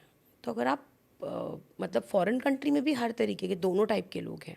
आई have been to strip clubs also, I have seen women in the toilet. जब आप जाते हो उनके ड्रेसिंग रूम में, आप देखते हो उनका असली चेहरा। वो हो सकता है बाहर स्टेज पर आपको जो दिख रहा है, जो वो कर रही हैं, आपको लग रहा है oh wow she is enjoying it, but when you go inside the toilets and when you watch them closely, when you try to talk to them, you will get to know, no, they don't want to be here, they don't want to be on the stage, they don't want this attention. But हम कहाँ इतने deeper level पर जाएंगे ना, हमने तो और हमने तो बहुत इजीली एक्सेप्ट कर लिया ना, सेक्स वर्क नहीं होगा तो देश अनसेफ हो जाएगा। Wow, I mean this statement in itself is something which I don't agree to. India में फिलहाल कितने लेवल पे हो रहा है ये? कितने लेवल पे हो रहा है? हाँ, जैसे आपने कहा स्कूल को कॉलेजेस में शुरू हो गया है। एक हम बात करें GB रोड जैसा जगह है, नोएडा में हम जाते हैं, कई बार रातों में हमें लोग दिखा, हर शहर में दिखाई पड़ते हैं। इनफैक्ट आप किसी भी शहर में जाओगे सड़कों पर दिखाई पड़ते हैं। कई बार फिल्म इंडस्ट्री या बॉलीवुड इंडस्ट्री का भी जिक्र होता है। कितने लेवल पे? मुझे तो लग रहा है हर लेवल पे है ना। पॉलिटिशियंस के लेवल पर अगर आप देख लो, आप बॉलीवुड में देख लो, आप स्कूल्स में देख लो, कॉलेजेस में देख लो, प्रोफेसर्स के बीच में देख लो, कॉलेजेस में, आप कहीं पर भी देख लो, तो सेक्स वर्क तो एक तरीके से ओल्डेस्ट प्रोफेशन है हमारे हिस्ट्री का, है ना। तो सेक्स वर्क तो तब से ही चल रहा है, आज कोई नया चीज़ तो है नहीं है। तो ये तो हर लेवल पर ही है। तो जैसे आप हील करें, आप लोगों की हेल्प करने आते हो अपने NGO के थ्रू, तो एक तो हो गया GB रोड पे आपने हेल्प की, इसके अलावा और कहाँ कहाँ की महिलाएं आपको मिली है? नहीं, हमारा जो मेजर फोकस है, तो मैं जाती हर जगह के, मैंने ऑलमोस्ट सारे रेड लाइट एरियाज में गई हूँ, वहाँ की NGOs के साथ हमारा कोलैबोरेशन है। बट अभी हमारा जो मेन फोकस चल रहा है पिछले 14 सालों से, वो GB रोड के कोठों पे ही चल रहा है। बाकी अगर NGOs हमारे पास कोई लड़की भेजते हैं, वो बोलते हैं कि हम चाहते हैं कि दिल्ली में आपके पास रहे, ये सीखे, सो मोस्ट वेलकम। बट हमारी टीम अभी उतनी बड़ी नहीं है कि हम और जगह पर जा पाएँ और अपना बट आई एम श्योर आप लोग भी फॉलो करते होगे बाकी NGOs को या बाकी लोगों को, या आप इंटरकनेक्टेड होगे आपस में। तो और किस लेवल पे आपको किससे कहानियां सुनाई पड़े? कभी कोई बॉलीवुड का किस्सा, TV का किस्सा, या किसी ऑफिस का किस्सा, ऐसा कोई भी सुनाई पड़ता है? ऑफिस के किस्से तो हाँ, जैसे हमें ये भी बताया जाता है, कुछ दीदियाँ ये भी कहानियाँ बताती हैं कि जब रेड पड़ती है और जब उनको नारी निकेतन में डाल दिया जाता है, तो नारी निकेतन से रात रात में उनको भेजा जाता है अलग अलग मिनिस्टर्स के पास, बड़े बड़े लोगों के पास। तो वो किस्से ज़रूर सुने हैं कि वो दीदियाँ बताती हैं कि रात को आती है जो भी वहाँ की अंदर की वार्डन होती है, she picks up a woman, she dresses her up, she gives her some pills to eat so that वो अपना लूज़ कर दे अपने आप को पूरे तरीके से, and then she makes us sit in the car of some politician, some MLA, and then next morning वो वापस आ जाती है। तो ये नारी निकेतन की कंडीशन बता रही हूँ मैं आपको, जहाँ सुधार के लिए भेजे गए। एग्जैक्टली, जो सेफ होम्स हमने बना रखे हैं हमारे देश में। So it's like everybody is involved. या बट सबने आंखें फेर रखी हैं। कोई देखना ही नहीं चाहता इस सड़क के ऊपर। ऐसा बोलते हैं कि वोट बैंक्स आपके ख़त्म हो जाएंगे। मैं तो I am just waiting for any daring politician to come up and say कि मैं काम करूँगा रेड लाइट डिस्ट्रिक्ट्स के लिए। दिल्ली में महिला मुख्यमंत्री भी कई सारी रही हैं, अभी भी आई हैं, इससे पहले भी थी। कभी किसी ने नहीं कोशिश की? मैंने तो नहीं देखा, ना ही मेरी औरतों ने देखा है। आप लोग गए? जैसे अभी रेखा जी आई हैं। अभी तक तो नहीं मिली हूँ मैं उनसे, बट हाँ मिलने का प्लान तो है in the near future, but अभी तक तो मुलाकात नहीं हुई है। ऐसे मामलों को लेकर सार्वजनिक बयान कभी कोई देते हैं नेता लोग? मैंने तो नहीं सुना है, आपने सुना है? मैं मिलूंगा तो मैं ज़रूर पूछूंगा। बिल्कुल, मुझे लगता है हम सबको पूछना चाहिए, इसीलिए मैं आज यहाँ पर भी बैठी हूँ। वरना मुझे I have done my journalism, तो मेरा मीडिया बैकग्राउंड ही है, बट फिर भी मेरे को मीडिया में जाना बहुत वो नहीं लगता। क्योंकि मुझे लगता है कि हम अक्सर, मैं जीबी रोड पर भी देखती हूँ कि बहुत लोग आते हैं और कहानियाँ बनाकर चले जाते हैं, बट उस कहानियों को कभी कोई पहुँच ही नहीं पाता। उस कहानियों से जीबी रोड पर कभी कोई नहीं पहुँच रहा है। जीबी रोड की हालत बद से बदतर होती ही चली जा रही है। तो मेरा भी बहुत हद तक विश्वास हट चुका है ये सब चीज़ों में, but now started coming back, because मुझे लगता है कि कहानियाँ बाहर जानी बहुत ज़रूरी है। उन कोठों की दीवारें इतनी स्ट्रॉन्ग हैं कि वहाँ की चीखें बाहर ही नहीं जा रही हैं, और वहाँ पे औरतें अंदर चीखें मार मार के, बच्चे रो रो के वहीं मर रहे हैं। दुनिया को, या तो दुनिया के कान बेकार हो चुके हैं, हमारे लोगों के कान खराब हो चुके हैं, या उस सड़क की दीवारें बहुत स्ट्रॉन्ग है कि बाहर चीखें नहीं जा रही हैं। तो क्योंकि हम लोग उस कोठों के अंदर भी जा पा रहे हैं और बाहर की दुनिया में भी रह पा रहे हैं, तो शायद ये हमारा फ़र्ज़ बनता है कि हम वो कहानियाँ बाहर लेकर आए। तो जैसे आप जीबी रोड में जाते हो सेक्स एक्टिविस्ट के तौर पर, मैं फिर कोट कर रहा हूँ, या वुमेन राइट के तौर पर, जो दलाल होते हैं या जो उनकी मालकिन होती हैं, वो आप लोग से सहज होती हैं और वो आपको भी डरा धमका के रखती हैं, या आपको कैसे देखा था अंदर? तो एक्चुअली ये एक जर्नी रही है हमारे लिए कटकथा में। शुरुआत में हमें भी डेंजर की नज़र से ही देखा है, बट अगर आप देखोगे तो जितनी भी मालकिनें हैं जो अभी जीबी रोड पर बैठी हैं, उनकी हिस्ट्री भी कोई बहुत खूबसूरत नहीं रही है, बहुत पेनफुल ही रही है। उनके साथ भी ये सब कुछ हुआ है, बट वो इतना पिट पिट के अब वो इस स्टेज पर आ गई हैं कि नाउ देव सेड अब तो इतना पिटी गई हूँ, तो अब मैं क्यों ना मैं ही कुछ कर लूँ ज़िंदगी में, मैं कमा लूँ, या मैं भी अब मालकिन बन सकती हूँ। बट अगर आप उनके साथ सच में बैठोगे और आप रिश्ता बनाने की कोशिश करोगे ना, तो वो आपके सामने खुलेंगी। अभी रिसेंटली, आई थिंक इसी महीने की 2 तारीख को, अप्रैल की ही 2 तारीख को, मैं जीबी रोड के एक कोठे में थी और वो मकान मालकिन थी, और मैं उनके साथ बैठी हुई थी। मुझे बोलती है, मुझे तेरी एक मदद चाहिए। मैंने कहा बोलती ये पुलिस वाला ना नया आया है, और रोज़ के रोज़ मुझे कांस्टेबल या पुलिस वाला आके बोलते हैं उनके साथ फ़ोटो खिंचवा, और अगर मैंने फ़ोटो खिंचवा ली तो अभी उनके ही कमरे में एक दूसरी दीदी ने भी, तो पुलिस वालों ने बोला होगा कि नए एसएचओ अगर आते हैं तो उनको थोड़ी बहुत तो फ़ोटोज़ खिंचवानी है कि मैं कुछ अच्छा करूँगा, मैं अच्छा कर रहा हूँ। तो जिसे एक दीदी ने फ़ोटो खिंचवाई थी, उसको कुछ दिनों के बाद अरेस्ट कर लिया। तो बोल रही है मेरे को नहीं खिंचवानी फ़ोटो। अरेस्ट क्यों कर लिया? किसी भी रीज़न पे वो लोग अरेस्ट कर सकते हैं, उनके पास अनलिमिटेड रीजंस हैं। तो फिर फोटो मैंने खिंचवाना बोला है? ना, दैट्स द थिंग। वहाँ पे तो वहाँ पे हम, मतलब मैं हर पुलिस वाला ख़राब है ये तो नहीं बोलूँगी, लेकिन मैक्सिमम वहाँ पे जितने भी लोग आते हैं वो इसीलिए आते हैं कि अब इन औरतों को और हम भी थोड़ा इनसे ले पाएँ। तो वो, उसने मुझे बोला अगर मुझे बुलाया पुलिस वाले ने तो तू चाहे रात के 2 बज रहे हो 3 बज रहे हो, चुपचाप आ जाइए पुलिस स्टेशन। सर हाँ दीदी, आई विल बी देयर। तो वो मकान मालकिन है, कहने को अगर आप देखोगे तो वो बहुत स्ट्रॉन्ग है, but that's her fear. She has a daughter and she was being sent to Tihar few years back in some case.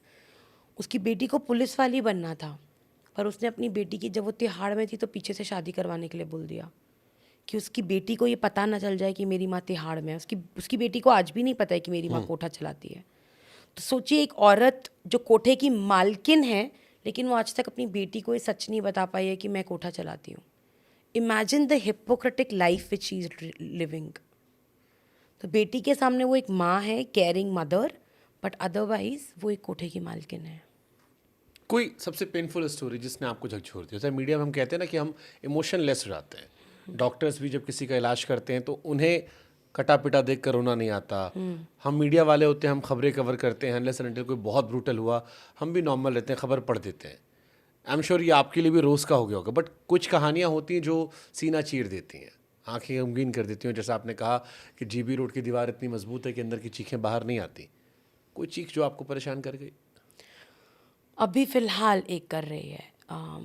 ऐसी बहुत आती हैं कहानियाँ, बट जैसे आपने बोला ना कि आपको आपके मेंटर्स और आपके स्पिरिचुअल गुरुज भी डिटैचमेंट सिखाना शुरू कर देते हैं। कि कोठे से वापस आके नहा लेना नमक का पानी में, या रो लेना आधे घंटे। मेरे एक स्पिरिचुअल गुरु ने मुझे बोला था, रोज़ बिना रोए सोना मत, क्योंकि आंसू के थ्रू आपके अंदर जो इमोशंस बढ़ जाएंगे वो आपको निकाल कर ही सोना है। Don't take them with you when you sleep, but there are stories which just haunts you. And अभी ही एक बच्ची की स्टोरी है जिसको मैं बचपन से देख रही हूँ, और उसको बचपन में ही ख़रीदा गया था, बट जिसने ख़रीदा था वो उसको बोलती थी मेरी बेटी है, मेरी बेटी है, मेरी बेटी है। और अभी मैं उससे मिलकर आई हूँ, उसी दिन की कहानी है। और वो अपनी आँख में ऐसे ऐसे कुछ कर रही थी, और मैंने उसको बोला तू रो रही है? तो उसने बोला नहीं दीदी, आँख में कुछ चला गया है, but she was actually crying. और मैंने उससे बोला तू क्या कर रही है अब, तू पढ़ने क्यों नहीं जा रही है अब? शी इज़ नाउ 18 और 19। नहीं नहीं दीदी, मैं जाती हूँ पढ़ने के लिए। बट एक्चुअली वो पढ़ने नहीं जाती है, उसको डाल दिया धंधे में। और मैं उसको बचपन से देख रही हूँ, she was so fond of studying, उसको इतना मज़ा आता था। And I am helpless in that case, क्योंकि वो बच्ची नहीं बोल रही है मुंह से, उसकी जो जिसने उसको ख़रीदा है वो एकदम आ गई, और वो खड़ी रही अगले 10 मिनट कि मैं उससे कुछ ऐसी बात ना कर दूं कि वो उसको कुछ एक मैसेज मिल जाए। और वो उसको देखकर डर रही है क्लियरली, नहीं नहीं दीदी मैं बिल्कुल ठीक हूँ, अरे अभी मैं इतना धुआं क्यों है, अभी अभी पूजा करी है, ये करा है वो करा है। But I know she is being already forced into this trade. So ऐसी कहानियाँ बहुत होती हैं जहाँ पे हम हेल्पलेस हो जाते हैं, but that's what we have to accept. Police वाले सेक्स वर्कर जो होते हैं वो पुलिस वालों को मददगार मानते हैं या परेशानी की वजह? दोनों डिपेंड करता है किस टाइप के पुलिस वाले उस टाइम पे अपॉइंट हुए हैं। तो ऐसे भी कुछ पुलिस वाले रहे हैं जो कि जेन्युइनली उनकी केयर करते हैं, और वो जेन्युइनली आते थे उनके बोलने पर, जेन्युइनली वो औरत की कहानी सुनते थे। बट ऐसे भी पुलिस वाले हैं जो सिर्फ और सिर्फ पैसा देकर यहाँ पर आते हैं। कमला मार्केट के पुलिस स्टेशन की वैल्यू भी बहुत अच्छी है, पैसा देकर आते हैं और उनको ये मकसद होता है कि मुझे अपने पैसे को 4 गुना करके निकलना है। तो ऐसे भी पुलिस वाले हैं। कितना आता होगा हफ्ता, महीने का पैसा पुलिस स्टेशन? हर कोठे का अलग है। फिर कुछ भी कोठे से 20,000 रुपये जाता है, कुछ कोठों से 1 लाख रुपये जाता है, कुछ कोठों से 2 लाख रुपये जाता है। हर कोठे का अलग है। जितने कोठे में जितना बिजनेस है बड़ा, उतना ज़्यादा पैसा जाएगा, क्योंकि वहाँ 77 कोठे और 77 कोठों की कहानियाँ बहुत डिफरेंट है। कोई 2 कोठे सेम नहीं दिखेंगे आपको वहाँ पे। किसी कोठे में जहाँ बहुत छोटी लड़कियाँ, वहाँ पैसा ज़्यादा जाता है, तो वहाँ पे पुलिस वालों की ज़्यादा सपोर्ट की ज़रूरत है, क्योंकि छोटी लड़कियाँ तो वहाँ रेड्स नहीं पड़नी चाहिए। कुछ कोठे ऐसे हैं जहाँ पे बूढ़ी औरतें हो चुकी हैं, अभी वो देर ऑल इन देयर 40s, तो वो अपने हिसाब से कमरा चला रही हैं, उन्होंने अपने दलाल रखे हुए हैं, तो वहाँ पे उनको इतनी ज़रूरत ही नहीं पड़ती, क्योंकि सभी एजड हैं, सभी के सभी उनको पकड़ कर भी लेकर जाते तो वो बोलते हैं हाँ मैं तो अपनी मर्ज़ी से काम कर रही हूँ। तो वो कोर्ट में भी जाके बोलेंगे मैं तो अपनी मर्ज़ी से काम कर रही हूँ। तो वहाँ पे रेड्स मारने का कोई इतना पॉइंट ही नहीं है। ले जाओ पकड़ के, क्या ही होगा, आपको छोड़ना ही पड़ेगा कुछ टाइम के बाद। थोड़ा मार लोगे, थोड़ा पीट लोगे, थोड़ा पैसा ले लोगे, पर फिर तो छोड़ ही दोगे। बट जिन कोठों में ज़्यादा रिस्क है, वहाँ से ज़्यादा पैसा जाता है। और ये पैसा नेताओं तक भी जाता होगा? बिल्कुल। हमारी one of the largest economy, I think this is our second largest economy in the country, sex trade से जो पैसा जाता है। तो इकोनॉमी के लिए तो ये बहुत बड़ा अमाउंट है। लेकिन वोट मांगने नहीं आते होंगे? नहीं, मैंने कभी नहीं देखा। एक बारी आग लगी थी तो कुछ लोग आए थे, बट उसी रात में 2-3, मतलब मुझे कोविड के टाइम की बात है ये, पीक कोविड के टाइम की। और थोड़ी देर के लिए आए और उन्होंने देखा अच्छा आप लोग पहुंच चुके हो, ठीक है आपने इनके रहने का इंतज़ाम कर दिया, ठीक है हम खाना भिजवा देंगे। 1 time meal they have sent for sure, 1 time. और वो औरतें वहाँ पे ऑलमोस्ट आई थिंक 1 हफ्ता रही हैं उस शेल्टर जैसी जगह पे। कोविड में मैंने नहीं देखा वहाँ पे ज़्यादा सरकार को। पुलिस वालों की तरफ से कुछ ऐसे इनिशिएटिव्स थे कि खाना बना हुआ वो लोग बांटते थे, बट हर औरत तो नीचे आ ही नहीं रही है, उसको आने ही नहीं दे रहे हैं। कोर्टों के अंदर हर कोई जा नहीं सकता है, तो हमें स्पेशल कार्ड मिले थे कि हम लोग जाएं। और तो कोविड में सर्वाइव कैसे किया इन कोठे वाले ने? NGOs और कुछ लोगों की मदद से। जैसे हम लोगों का टारगेट था कि हम हर महीने में, हमारा एक ट्रक जाता ही जाता था, और हमारे पास क्योंकि लिस्ट है हर एक औरत की, किस कोठे में कितनी औरतें किस एज ग्रुप की हैं, we have that whole data with us. तो हम उस हिसाब से हर एक औरत को सामान देकर आए थे। तो हमारे जैसे और भी 1-2 लोग हैं जिन्होंने राशन या सिलेंडर या सब्जियां इस तरीके से पूरे टाइम पे प्रोवाइड करी थी। But that was a very beautiful period for the women, क्योंकि जब मैं तब कोठों में जाती थी मुझे इतना मज़ा आता था, बिकॉज दे वर चिलिंग, मतलब फ़ोन पे गेम्स खेल रही हैं। मैंने कभी कोठे में लड़कियों को हंसते हुए नहीं देखा है, क्योंकि they are always so busy, client आ रहा है, आपको पूरा मेकअप करना है, और उस टाइम पे no makeup, nothing doing, they were actually living the life which they wanted to. So for some Covid was a blessing, and GB road के लिए हाँ उनकी कमाई नहीं हो रही थी, बट खाना तो मिल ही रहा था ना, और उनको क्या चाहिए उस टाइम पे। मतलब एक लड़की जब बिक चुकी है तो एनीवे उसको खाना ही मिल रहा है पूरे दिन में, कुछ बैंक बैलेंस तो मिल नहीं रहा है।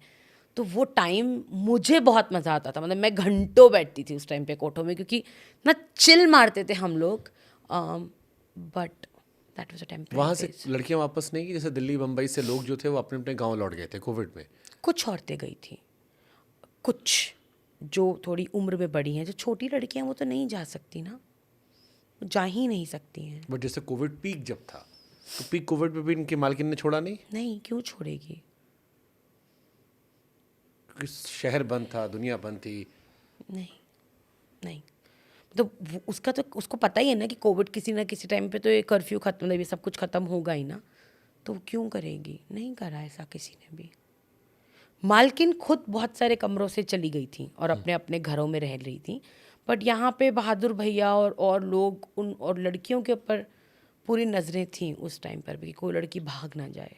जो लोग यहाँ आते हैं उनकी मेंटालिटी क्या होती है? आप खुद ही इमेजिन कर सकते हो ना कि आप कैसे लोग आओगे। तो वो इस उससे आते हैं कि मैं तो 200 रुपये दे रहा हूँ, मेरा जो मन करेगा मैं इस लड़की के साथ करूँगा, मैं मार सकता हूँ, पीट सकता हूँ, काट सकता हूँ, जला सकता हूँ, जो चाहूँ मैं वो कर सकता हूँ, because I paid 200 rupees.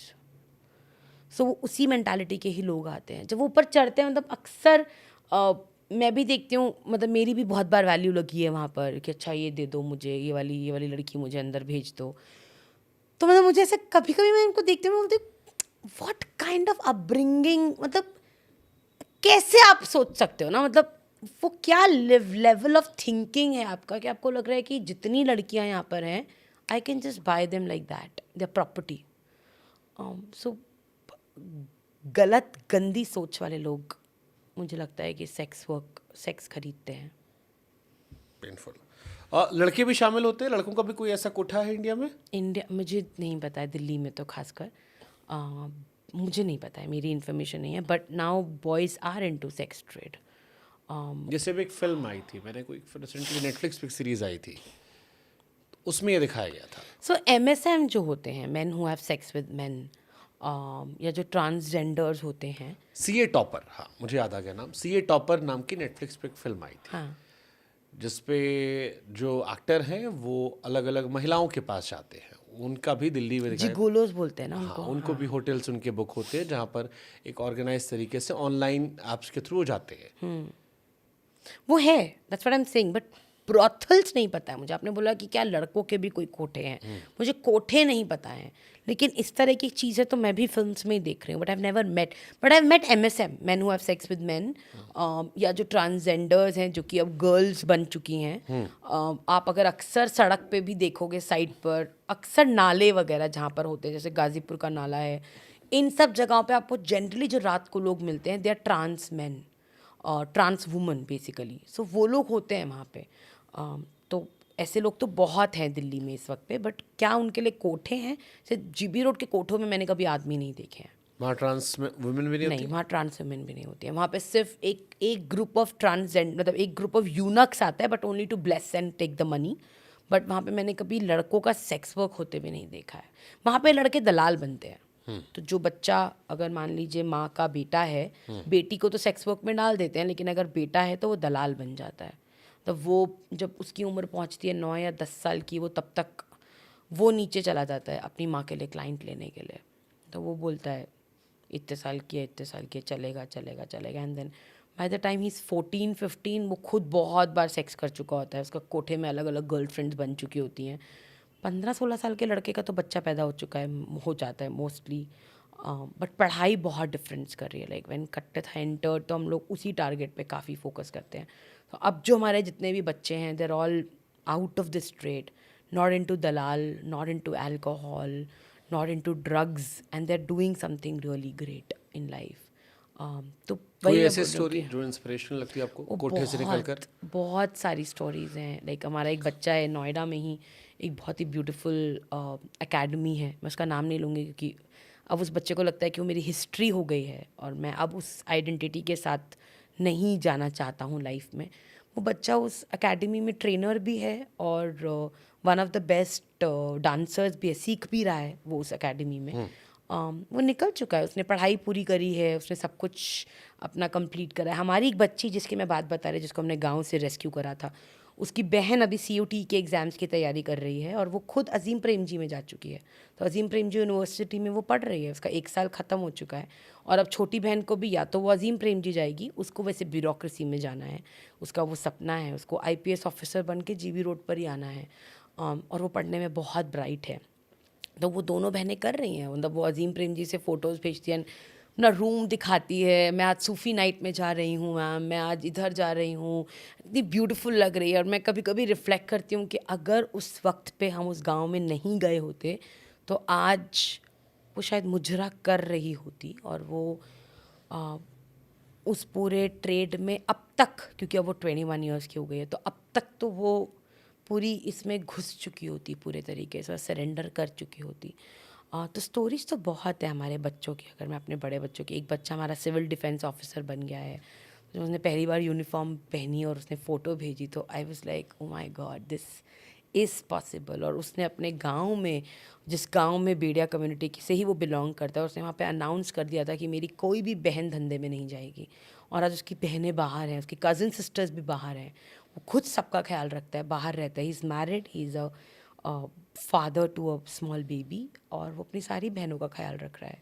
So education, और अगर हम वहाँ पर, हम बोल देते हैं अक्सर कि उन्हें तो आदत पड़ चुकी है ना धंधा करने की, अब आप उनको बाहर भी निकालोगे तो वो निकलेंगी नहीं, वो सस्टेन नहीं होंगी। तो मैं सुन रही हूँ पहले दिन से, 14 सालों से।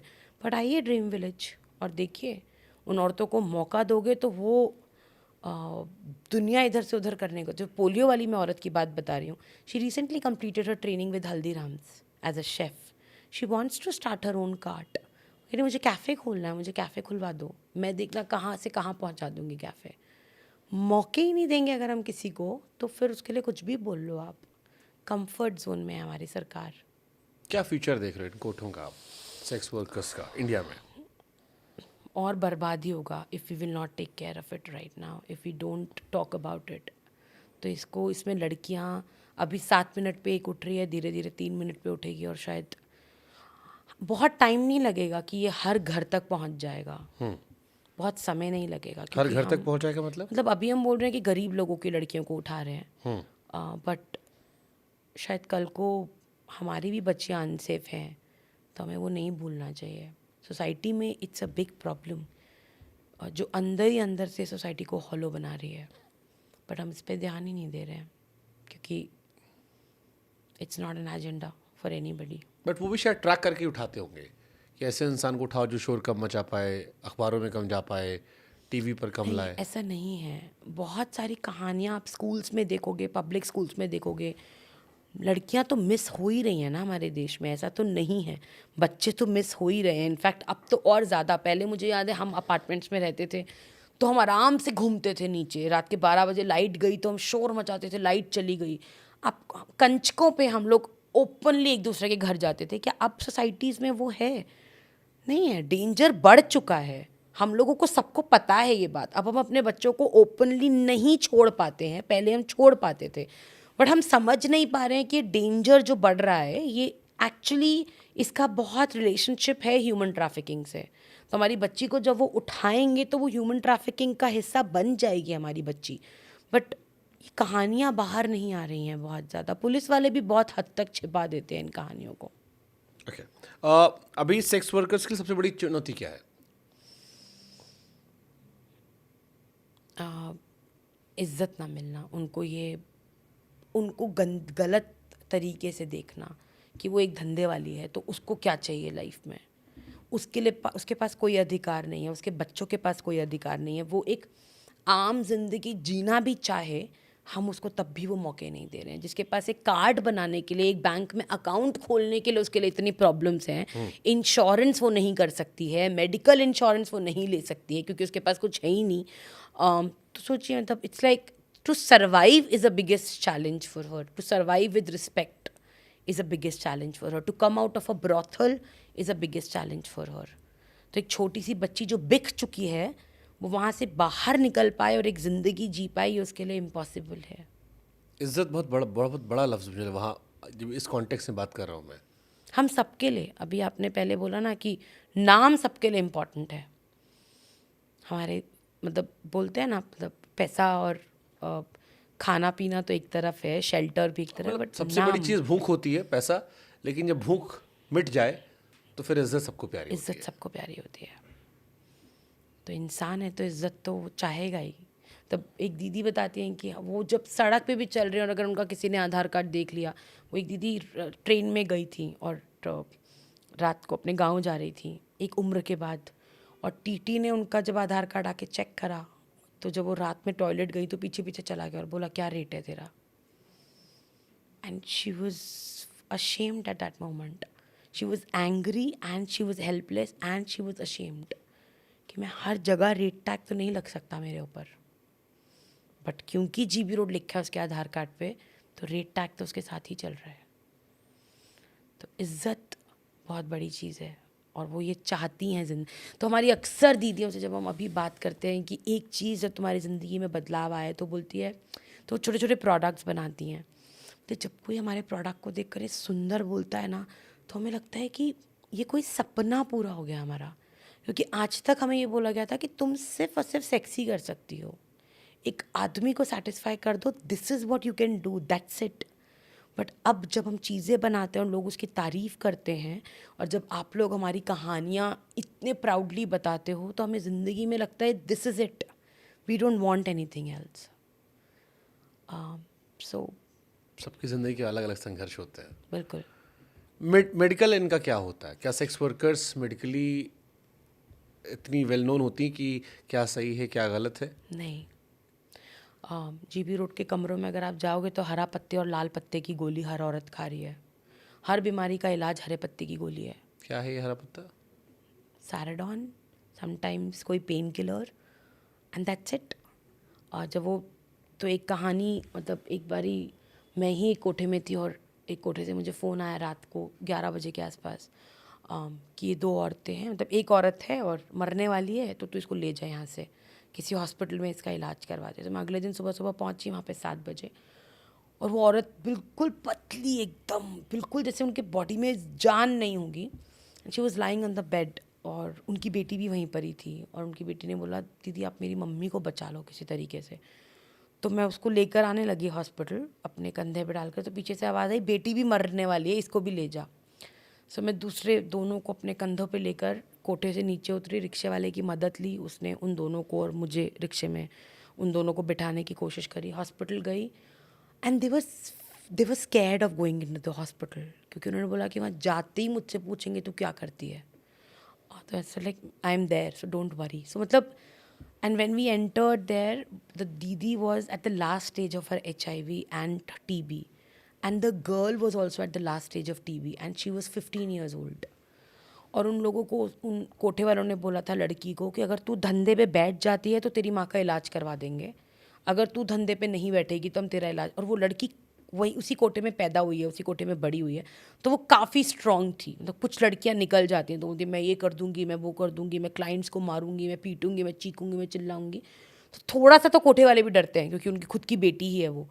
तो उसने मुझे वहाँ पे हॉस्पिटल में जाके बोला मैम अगर मैंने अभी बोल दिया ना कि मैं धंधा करने को तैयार हूँ तो वो मेरी माँ का इलाज करवा देंगे, लेकिन मैं नहीं बोलूँगी, मेरी माँ को तो मरना है, आज नहीं तो कल वो मरेगी मरेगी, लेकिन मुझे नहीं मरना है।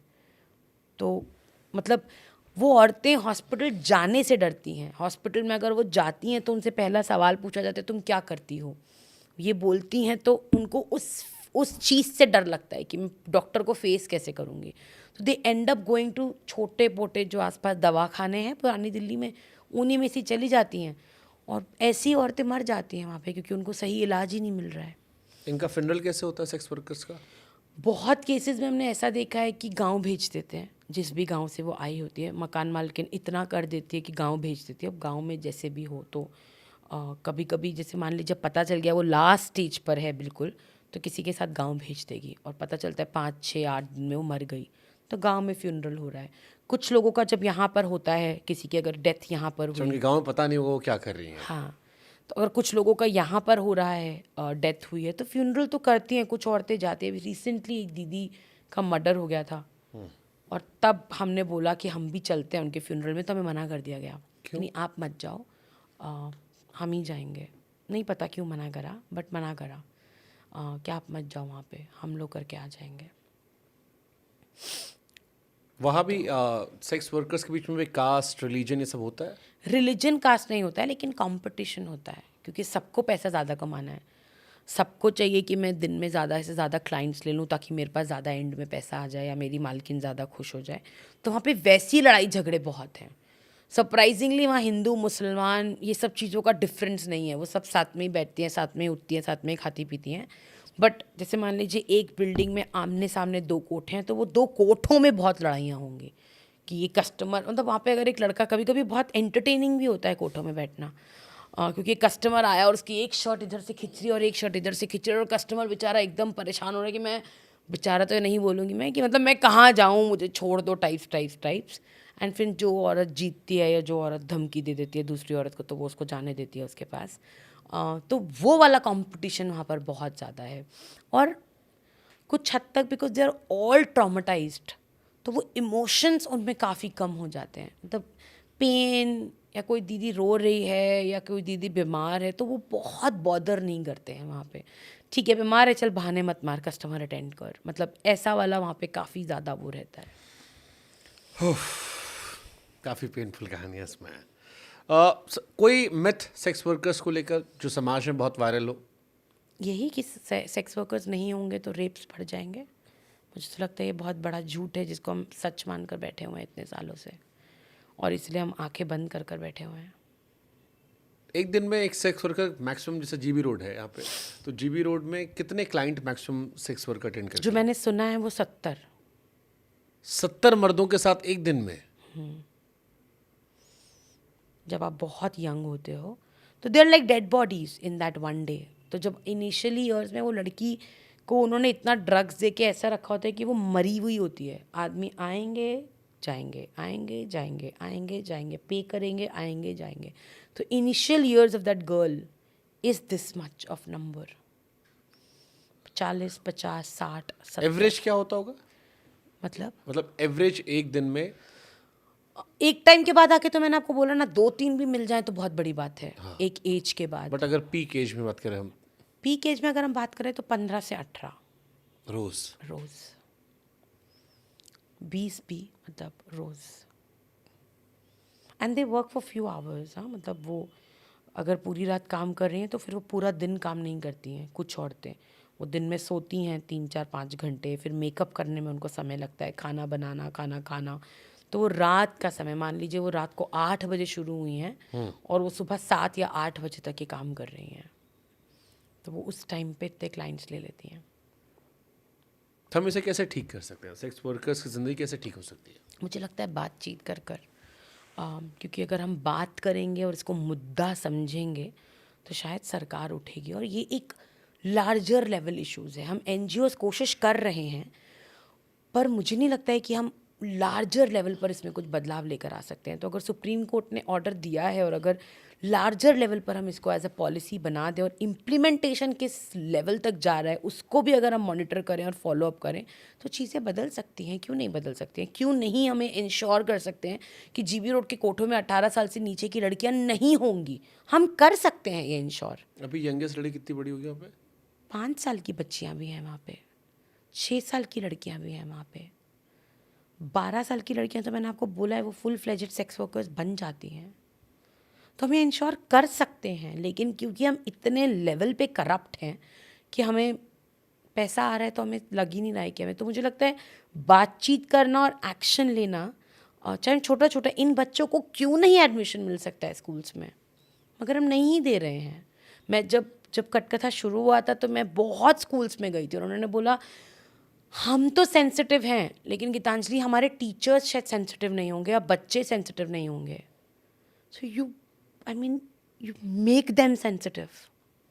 बट फिर parents so we have to make the parents. अगर मैं कल को अपने बच्चे को स्कूल भेज रही हूँ और मुझे पता है कि वहाँ पे एक जीबी रोड का बच्चा भी पढ़ने आ रहा है, मैं क्यों उस बच्चे को डिस्क्रिमिनेट करूँगी ना?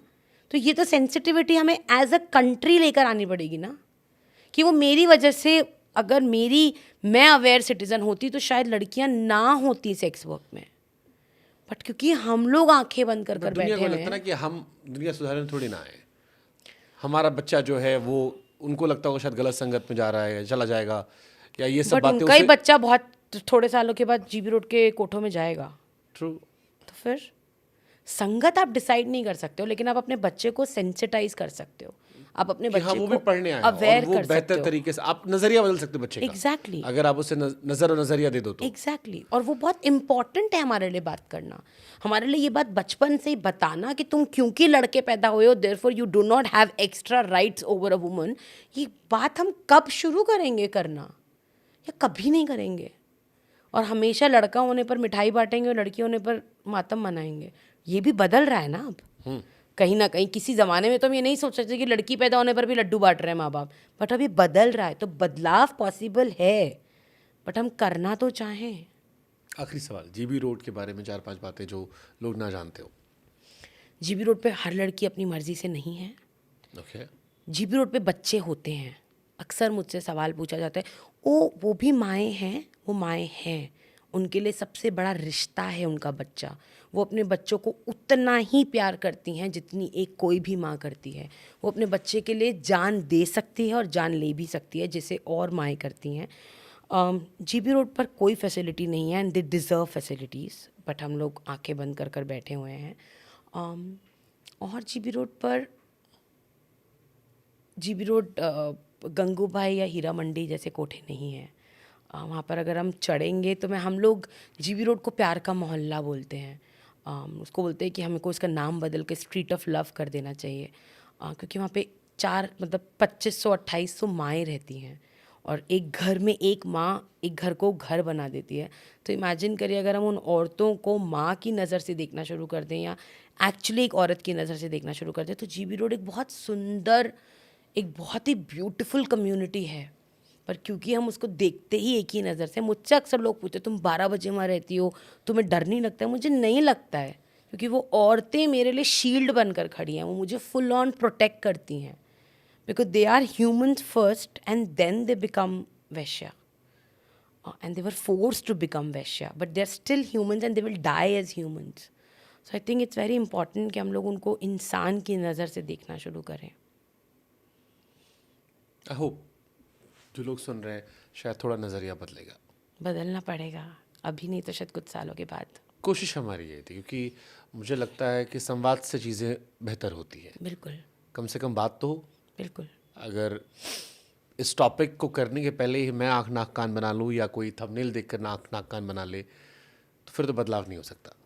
बदलाव करने के लिए कम से कम समस्या को पहचानना ज़रूरी है। अगर आप पहचानेंगे तो शायद देर से लेकिन समाधान निकल आएगा। बिल्कुल, बदलाव तो है ही पॉसिबल। हम देख रहे हैं 14 सालों में जीबी रोड से सक्सेस स्टोरीज निकलते हुए, तो निकल सकती हैं, बट देखने का नज़रिया बदलना इम्पॉर्टेंट है।